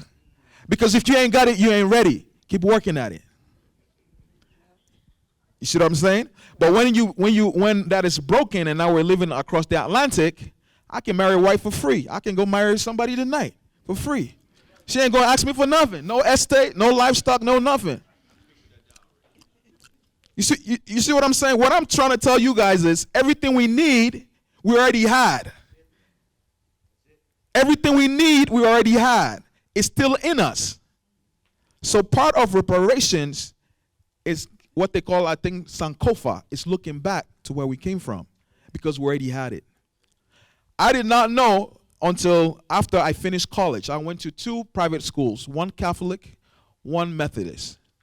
And I did not know, because I had left Africa at a young age, that the wealthiest man who has ever lived, according to the Caucasians, according to white people, is from my tribe. I did not know that till I finished college. I want to say the last year of college. An African guy, an African booty scratcher came and told me that. Stop it. I said, what? Where did you get that information? Where did you read that? He said, no, it's not your American books. So everything that we need, we have already had. We're not new to the block. Thank you. After Quenisha speaks, I want to also bring up someone on the other side of the I guess the other side of the coin with that question about what the churches are doing. I have Dr. Nina Cooper and Bishop Cooper here that would love to speak. They actually are the leaders of New Hope Full Gospel Church here, a very well-known church in the city, and I want them to have a moment to speak in terms of the church's role in our economics, as you will, in the African-American community. Go ahead, Q, roll with it. So I will say that as a business owner, the majority of my business has not come from the African American community here in New Mexico. Wow. Specifically, the churches, the big organizations, et cetera. If I had to depend on them, I would not have still been in business. Talk. There's been times when they have approached me and asked for quotes and different things, but then, my prices, because I charge what I'm worth, I do. Amen. So I think that they could do a better job of supporting supporting black businesses, because there are organizations, Buddhists and Catholics and everything, who they don't hesitate to write me a check. They don't hesitate to order consistently for their Christmas parties, their, whatever they have going on. And I know, because I've been a part of the church community, that a lot of the African American churches, they have pastoral anniversaries and church anniversaries and different things. They don't come to Q's Cakes. They would rather go to Walmart and go to other places, and it's very disheartening. It really is. And I get it, because I understand, cost and everything. But my thing is, even with my customers, you don't have to come to me every single time for a cake, right? You don't have to come for every little thing. But when you do have those big events, support someone like me. When you need insurance, go to your local insurance agent and support them. When you need food, go to Padrel's and support them. Yes, you can go to KFC. Yes, you can go to churches and get, a cheaper discount or whatever. But we don't have that. We can't do that. We can't compete with these big name places. But guess what? They can't compete with us either, because they're not putting the same love, the same attention and everything to detail that we put into our stuff. Everything I make from scratch. You can go to Walmart, you can go to Sam's Club, you can go to Albertsons and look at the cupcakes that's sitting out there. They got so many ingredients you can't even pronounce them. So if we're talking about advancing, let's make sure we're thinking about our health too. What are you putting into your body? So you would rather save money, but then what are you doing to your health, putting in stuff you can't even pronounce? When at least when you come to me and you get buttercream, it actually has butter in it. I'm just being real. So a lot of these organizations can do a better job of supporting other black businesses. And like I said, you don't have to do it every single time, but especially those who are in power, make sure you tell the people who are over these organizations, you're on the planning committee for my church, I want you to go and get my cake from Q's Cakes. You can get the cupcakes from Walmart and Sam's Club, but the main cake, get it from them. Our main guests that we have, speakers or whatever we have, we're gonna go to Padrel's and get the food from them. And then you can get the other stuff from churches or whatever else. So they have an opportunity to really be a blessing to small businesses and everything, and I personally have not seen it. And thankfully, God continues to look out for me and sends other people my way, but I want to be there for my people. I want to be a part of those celebrations and everything. And so they have to make the effort to make sure that they're seeking us out. I want to say this. We need to blame ourselves a little bit more. We need to hold ourselves to a level of expectation. We're not doing that. We got an Office of African American Affairs, of which I had the luxury of being on the planning committee with Cheryl, a lady named Cheryl, and Faye Hoppus, who's now no longer with us. Point is, we've got this thing. It is not functioning in our best interest. That is not good. But we don't even say anything about it. We have no expectations of that office. It costs $1.4 million to build. It's paying out almost $1 million a year in salaries and expenses. Half of us don't even know where it is. The Performing Arts Center, it was built in some kind of fashion to be a benefit to us. We have no expectations of it. It's on us. Us is on us. Bishop Cooper. Good afternoon. My wife ordered me to stand up. And of course, I obey her. Couple things as it relates to the black church. So I'm the president of the Ministers Fellowship of Albuquerque and vicinity, about 26 African American congregations. I don't stand to answer for every church, because every church is different. There are some that support black businesses all the time. Amen. And there are different kinds of businesses that we support. With that said, I believe that the black pastors are open to supporting more black businesses. In fact, our theme next year is Kingdom Economics and Kingdom Entrepreneurship connected to community. And so I didn't come up with that while I was sitting here. That has always been our forecast for the next year. I believe it's important to understand that as it relates to the black church, there's some dualism. And I want to explain my definition of dualism, that we are both healers, but we come from the same hurt community. Okay, you catch that on the way home. And so while healing ourselves, we also have the task of healing our community. And we need those in the African American community to come alongside us to help our processes and our practices. Our principles, of course, are based on the Word of God, and everybody is not a believer. But I don't believe in just helping believers because that's not Christ. Everybody, Samaritans, lepers, whatever the church.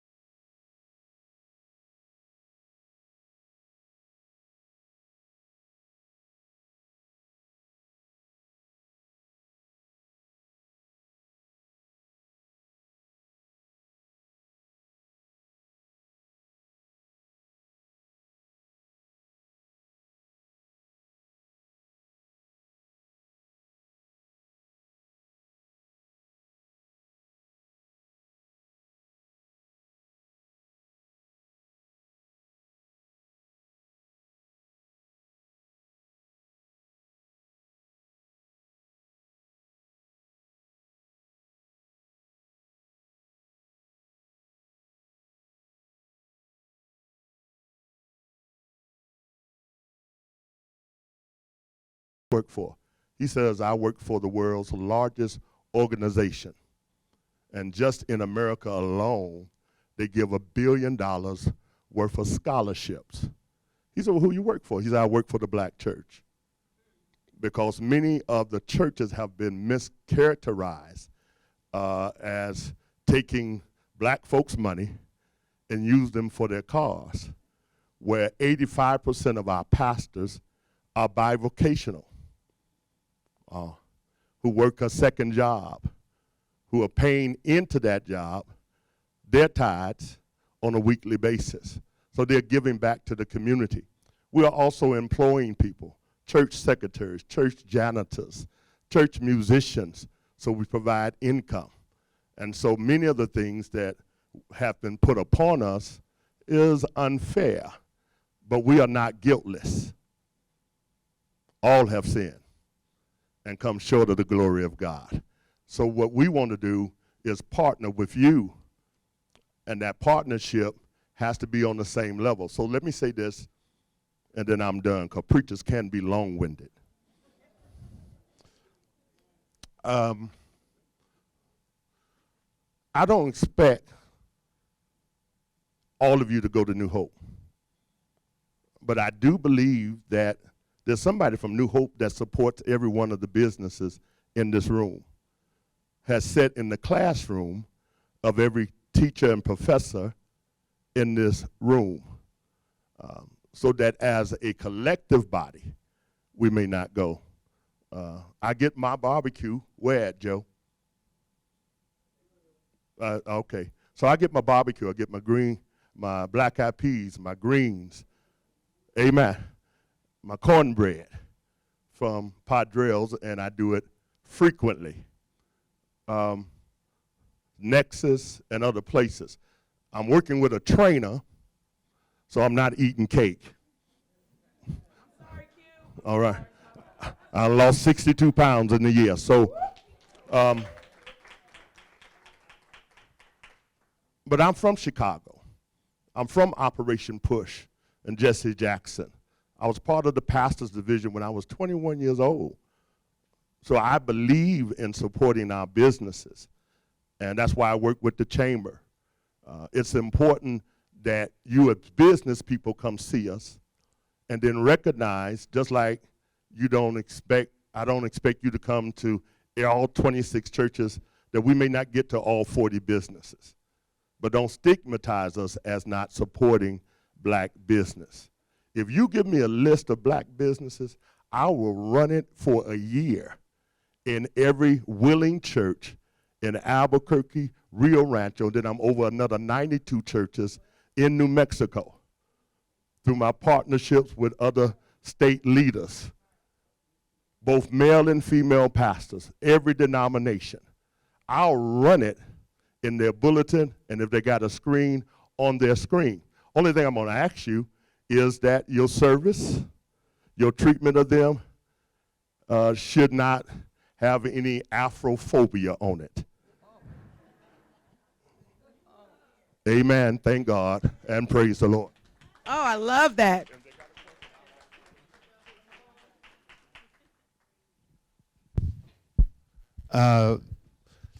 Canine Culture East, 12700 San Rafael. We want to be in that number, Reverend. We want to be the first on that list. I think am I the last? Oh, no. I think I'm What shall be first shall be last, and what shall Okay. be last shall be the first. So, while he's in the hot seat, folks, if you have some questions, okay, and you have not enrolled in one of his classes, for some reason we have technical difficulties, okay, although, and also with that, make sure you try next year to enroll in Dr. Kathy Powers' class and Dr. Finney Coleman's class, because this ain't free, okay? Okay, that knowledge has value, and this is a whole bunch of value up here. All right, let's stop devaluing each other. I know we can pull some more roots of knowledge from Dr. Coleman.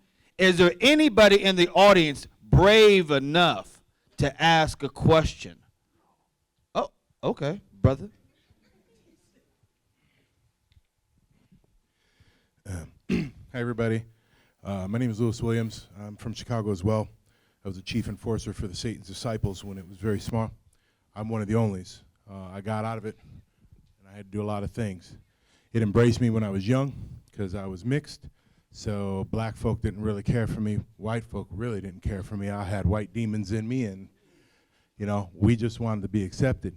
So a lot of us joined those groups because they didn't have any type of hate. They were just like, hey, would you kill? Like, why? Because we love you. Okay. I got out because the last thing I would ever do was kill. So I had to get beat out and got hurt and all that. But one thing that I always noticed, and you guys wanted smoke, so I'm going to give you a little bit, unfortunately. So what I've seen time and time again, I've lived in all different states, and I've lived in Mexico, and now I'm trying to get some property in the motherland, South Africa. But what I've seen, and this may offend, is a lot of us folks want to come together and base it on other people's religions, other people's basis on what will make you happy, who you should look to, and what you should do, because this is in this book for other people. I always see it come back to one thing. It will come to money, and it will come to give me some of it. So for me, I am a practicing atheist. I will help people that are in the community if they're church driven, if they're helping people in our community, if they're helping somebody from the goodness of humanity, from their heart. But I've seen that the longer we decide that we want to follow your God, your Christianity, your Muslim, your this, without any proof, the more we're wrapped in and raked over the coals to somebody else's ideology of how we should live based on all the protocols and laws they put together. We have Ifa. We have African spirituality. We have so many other things that we don't embrace because we just say, well, hey, that was here. Hey, you said it was good. Oh, let me follow the bandwagon. I think for independence, and maybe you'll agree, maybe you'll disagree, isn't there a moment when we should teach our youth the base roots of our growth with African spirituality and the other things, then give them a choice. Not just say, hey, this is what your mother did, this is what your grandma did, this is what, God is good, Jesus is good, I guess we're gonna go down this path. Because all in all, you go to enough religion, you'll find divisiveness. Sorry. Wow. Hold on, brother. So- What's your question? You know what? Does anybody want this up here, or do you want me to pass it to him? No, I heard this question.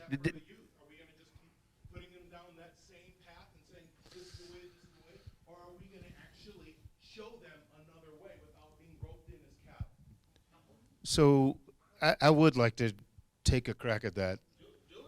So when we talk about the universal Zulu nation, and we talk about knowledge, wisdom, understanding, peace, love, unity, math, economics, life, love, all of those things that undergird hip-hop culture came out of a gang.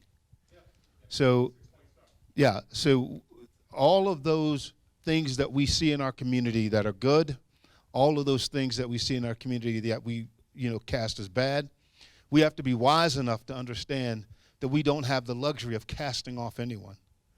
And that means for those of us who don't believe, we don't have the luxury of casting off those who believe. Those of us who believe don't have the luxury of casting off those who don't. We can't survive unless we come together across our differences. And so what I want to suggest is that even things like because that was part of the question about gangs and yes, it was.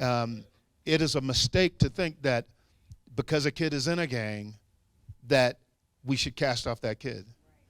Every kid that's in a gang, every gang member, we should embrace those just as much as you would embrace anybody else. If those kids are in those spaces, they're in those spaces because they've been led there, they've been pushed there, they've been cajoled to be in there. However they got there doesn't matter. What matters is what we're going to do now that they're there. And so for me, I will never denigrate the church. I will never blame the church. I won't blame our fraternities. I won't blame our businesses. The truth is, as a community, we have to come together across those differences. And what we tend to do, and what we've always tended to do, if you go back and look at the minutes of meetings from the NAACP all the way back into the 1920s, 19 teens, what you see is a penchant in our community for self-criticism, for self-doubt, for criticizing our leaders, for casting blame and casting doubt. Our challenge is to move beyond the errors of our past. And that means that we're going to have to start telling the truth about what we do, but we have to do that in our own praise of self. We have to praise what the church is doing. We have to praise what our organizations are doing. We have to praise what our businesses are doing. And if we do that, we'll move beyond that self-defeatism, that what we call zero-sum politics. We'll move beyond deficit model thinking.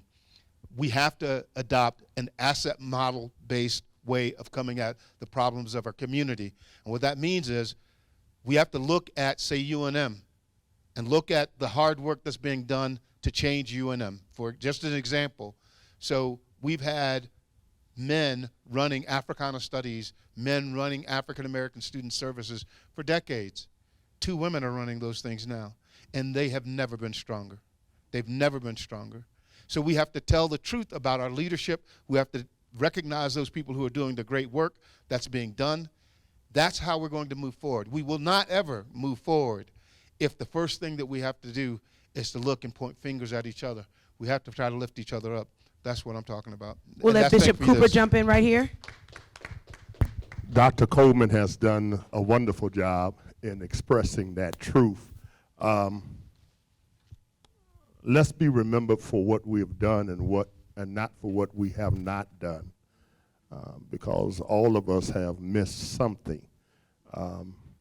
I think the conversation, even about the faith, you know, you have to be knowledgeable, like Kathy is, about reparations and other things that I had never heard today. Thank you. You have to have some expertise, and more than just a expertise based on what you Googled, if I can say it that way.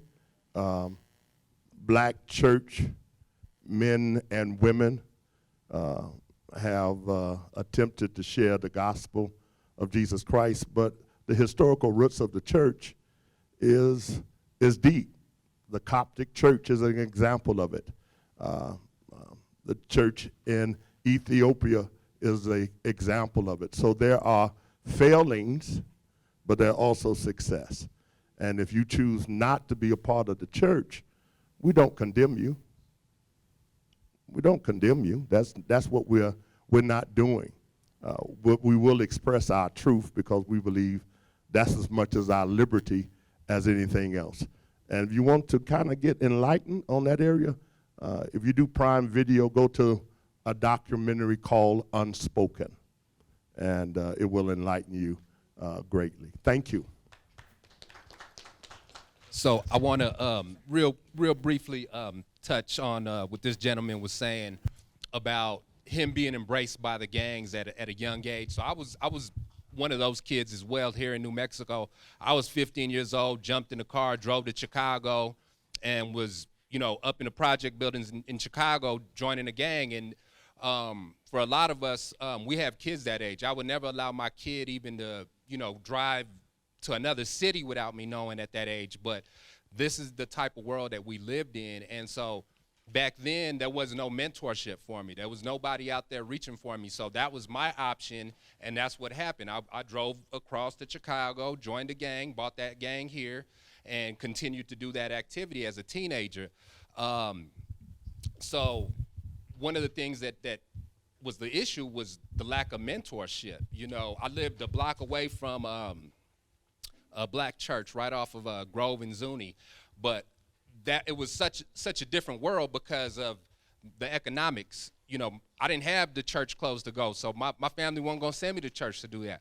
So it's very important to make sure we're keeping an eye on our youth and mentoring our youth. If you got to take your kid's phone away, get in your kid's Brother, phone, really, I'm understand sorry, I what's didn't mean going to on. interrupt. Real quick, 1 second. Please, guys, let's give Dr. Finney a big round of Yes, applause. He's yes. got to step out a little bit early, but thank you so much for your contribution to this conversation. Thank you so much. I didn't mean to interrupt. No, you're good. So just understanding, like, here's a brother from Chicago who lived in Chicago, grew up in Chicago, and went through the exact same thing that I went through as a 15-year-old here in Albuquerque, that I happened to drive to Chicago and go through the exact same things that he went through. So it's a small world. It's a small world, and we just need to be mindful, and we can't be passive about taking care of our youth. We can't be passive. But if it wasn't for some of the people in my community outside of the gangs, I wouldn't be here right now to even be doing some of the community work that I'm doing now. But it took something in myself also. I had to separate and get away from Albuquerque. I had to move all the way across on my own to leave here. I had to go to Charlotte, where I was away from anybody I could call to get any drugs to sell or any gang members that I could get involved with any activity. But I had to do that on my own. So after 2 years of self-reflection, I was able to come back and then start over. But a lot of us don't have that opportunity. A lot of kids don't have that opportunity. So we got to be very mindful about how we are stewarding our youth. We have to take care of our youth, or they're going to go down a path that you don't want them to go down. And a lot of them aren't going to end up like me. So.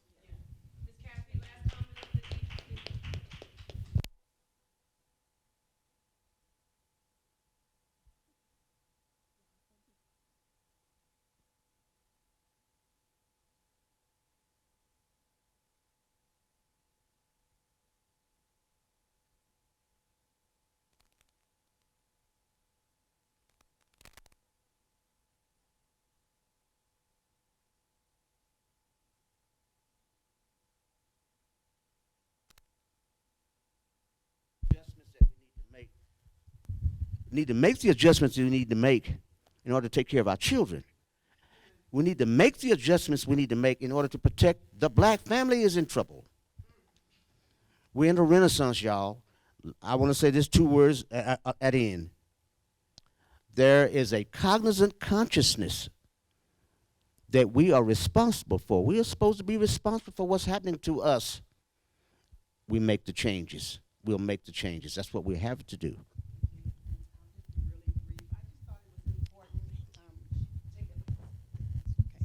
I just thought it was important for me to express, when I first got here, I actually went into banking, and it was a real struggle for me because I wasn't the ideal of how whatever they thought. I worked my way up, but when promotions were given, I was told, read your letter in the car. You know, everybody's getting promoted, but you might want to read yours in the car. And I was like, no, I'm going to read it. And when they were just giving promotions, I was demoted because I wasn't exactly what they thought I should be. So for me to get the promotion, I actually had to apply at a different branch or something. So I was moved out of my comfort zone to a different branch. But I worked hard because I wasn't going to be told no. I would run that bank, and then when the position came open again from where they moved me, I put back in for it and made them give it to me. But it was still really hard. I couldn't figure out why nothing was working. So when I finally left the bank, you know, some of the tellers told me, say, yes, they told us, you want this job, you think you can do it, let's see if she can do it, don't you guys help? And so I found out after that, so it made me struggle, it made me stronger. When I say that, yes, that I was always told average, it just made me work harder. So what did I do when I left the banking? I opened up my own mortgage company because I was like, nobody's gonna really want me, nobody's gonna think I can do it. So I opened up my own mortgage company, and then from there, you know, I started just volunteering because I know it's hard out there, and I want to show.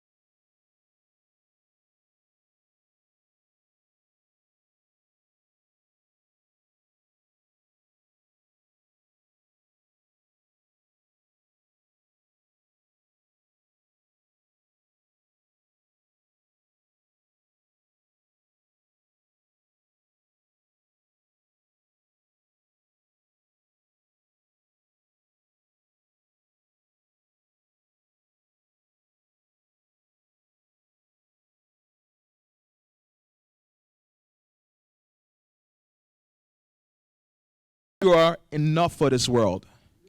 Anything else you do, anything else, effort, any sweat, equity, anything else you do, is what we call excellence. Okay? So, as far as I'm concerned, black people are born enough. What we do is our excellence. Okay? I wanted to say something about religion. I'm just going to say quick thing. I promise. Just quick thing. Just one thing, please. The religion came on. Just okay. Let's let Miss Kathy wrap it up with last words. I just want to say this real quick because I think that we should embrace directly what you said.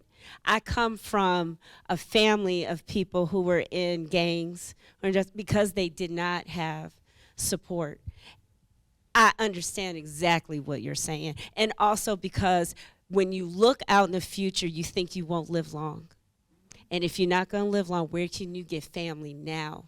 Where can you get income now? So how do we change the time horizon as well as connect our young men and women? Because when I came up, you dated somebody in a gang or you dated somebody because you knew they had money. Right? And so I'm sitting up here, a nerd working at a chicken restaurant, and people like, you could be out there not doing this, and it was my family, because that would have been a real option for me otherwise. So I totally get it. Thank you. And I want to say what you're talking about in terms of connecting and learning about ourselves, both of you, that's what reparations can look like. People of Romania who suffered the Holocaust and their culture was stripped, they pulled their money together and they created schools to educate their children on the lost culture, language, religion, and heritage. So how do we embolden our churches? How do we build our own schools to go back to that? So it was profound. Thank you. Listen, this has been rousing, inspiring, encouraging, informative. Please give this great panel a rousing round of applause. Thank you so much. Listen, this is just the first half. We didn't get to half the questions. We got another half, but let's fill our bellies. Let's get some lunch in our stomachs, break, stretch, get some water, and come back and have just as equally a rousing time as we did the first half.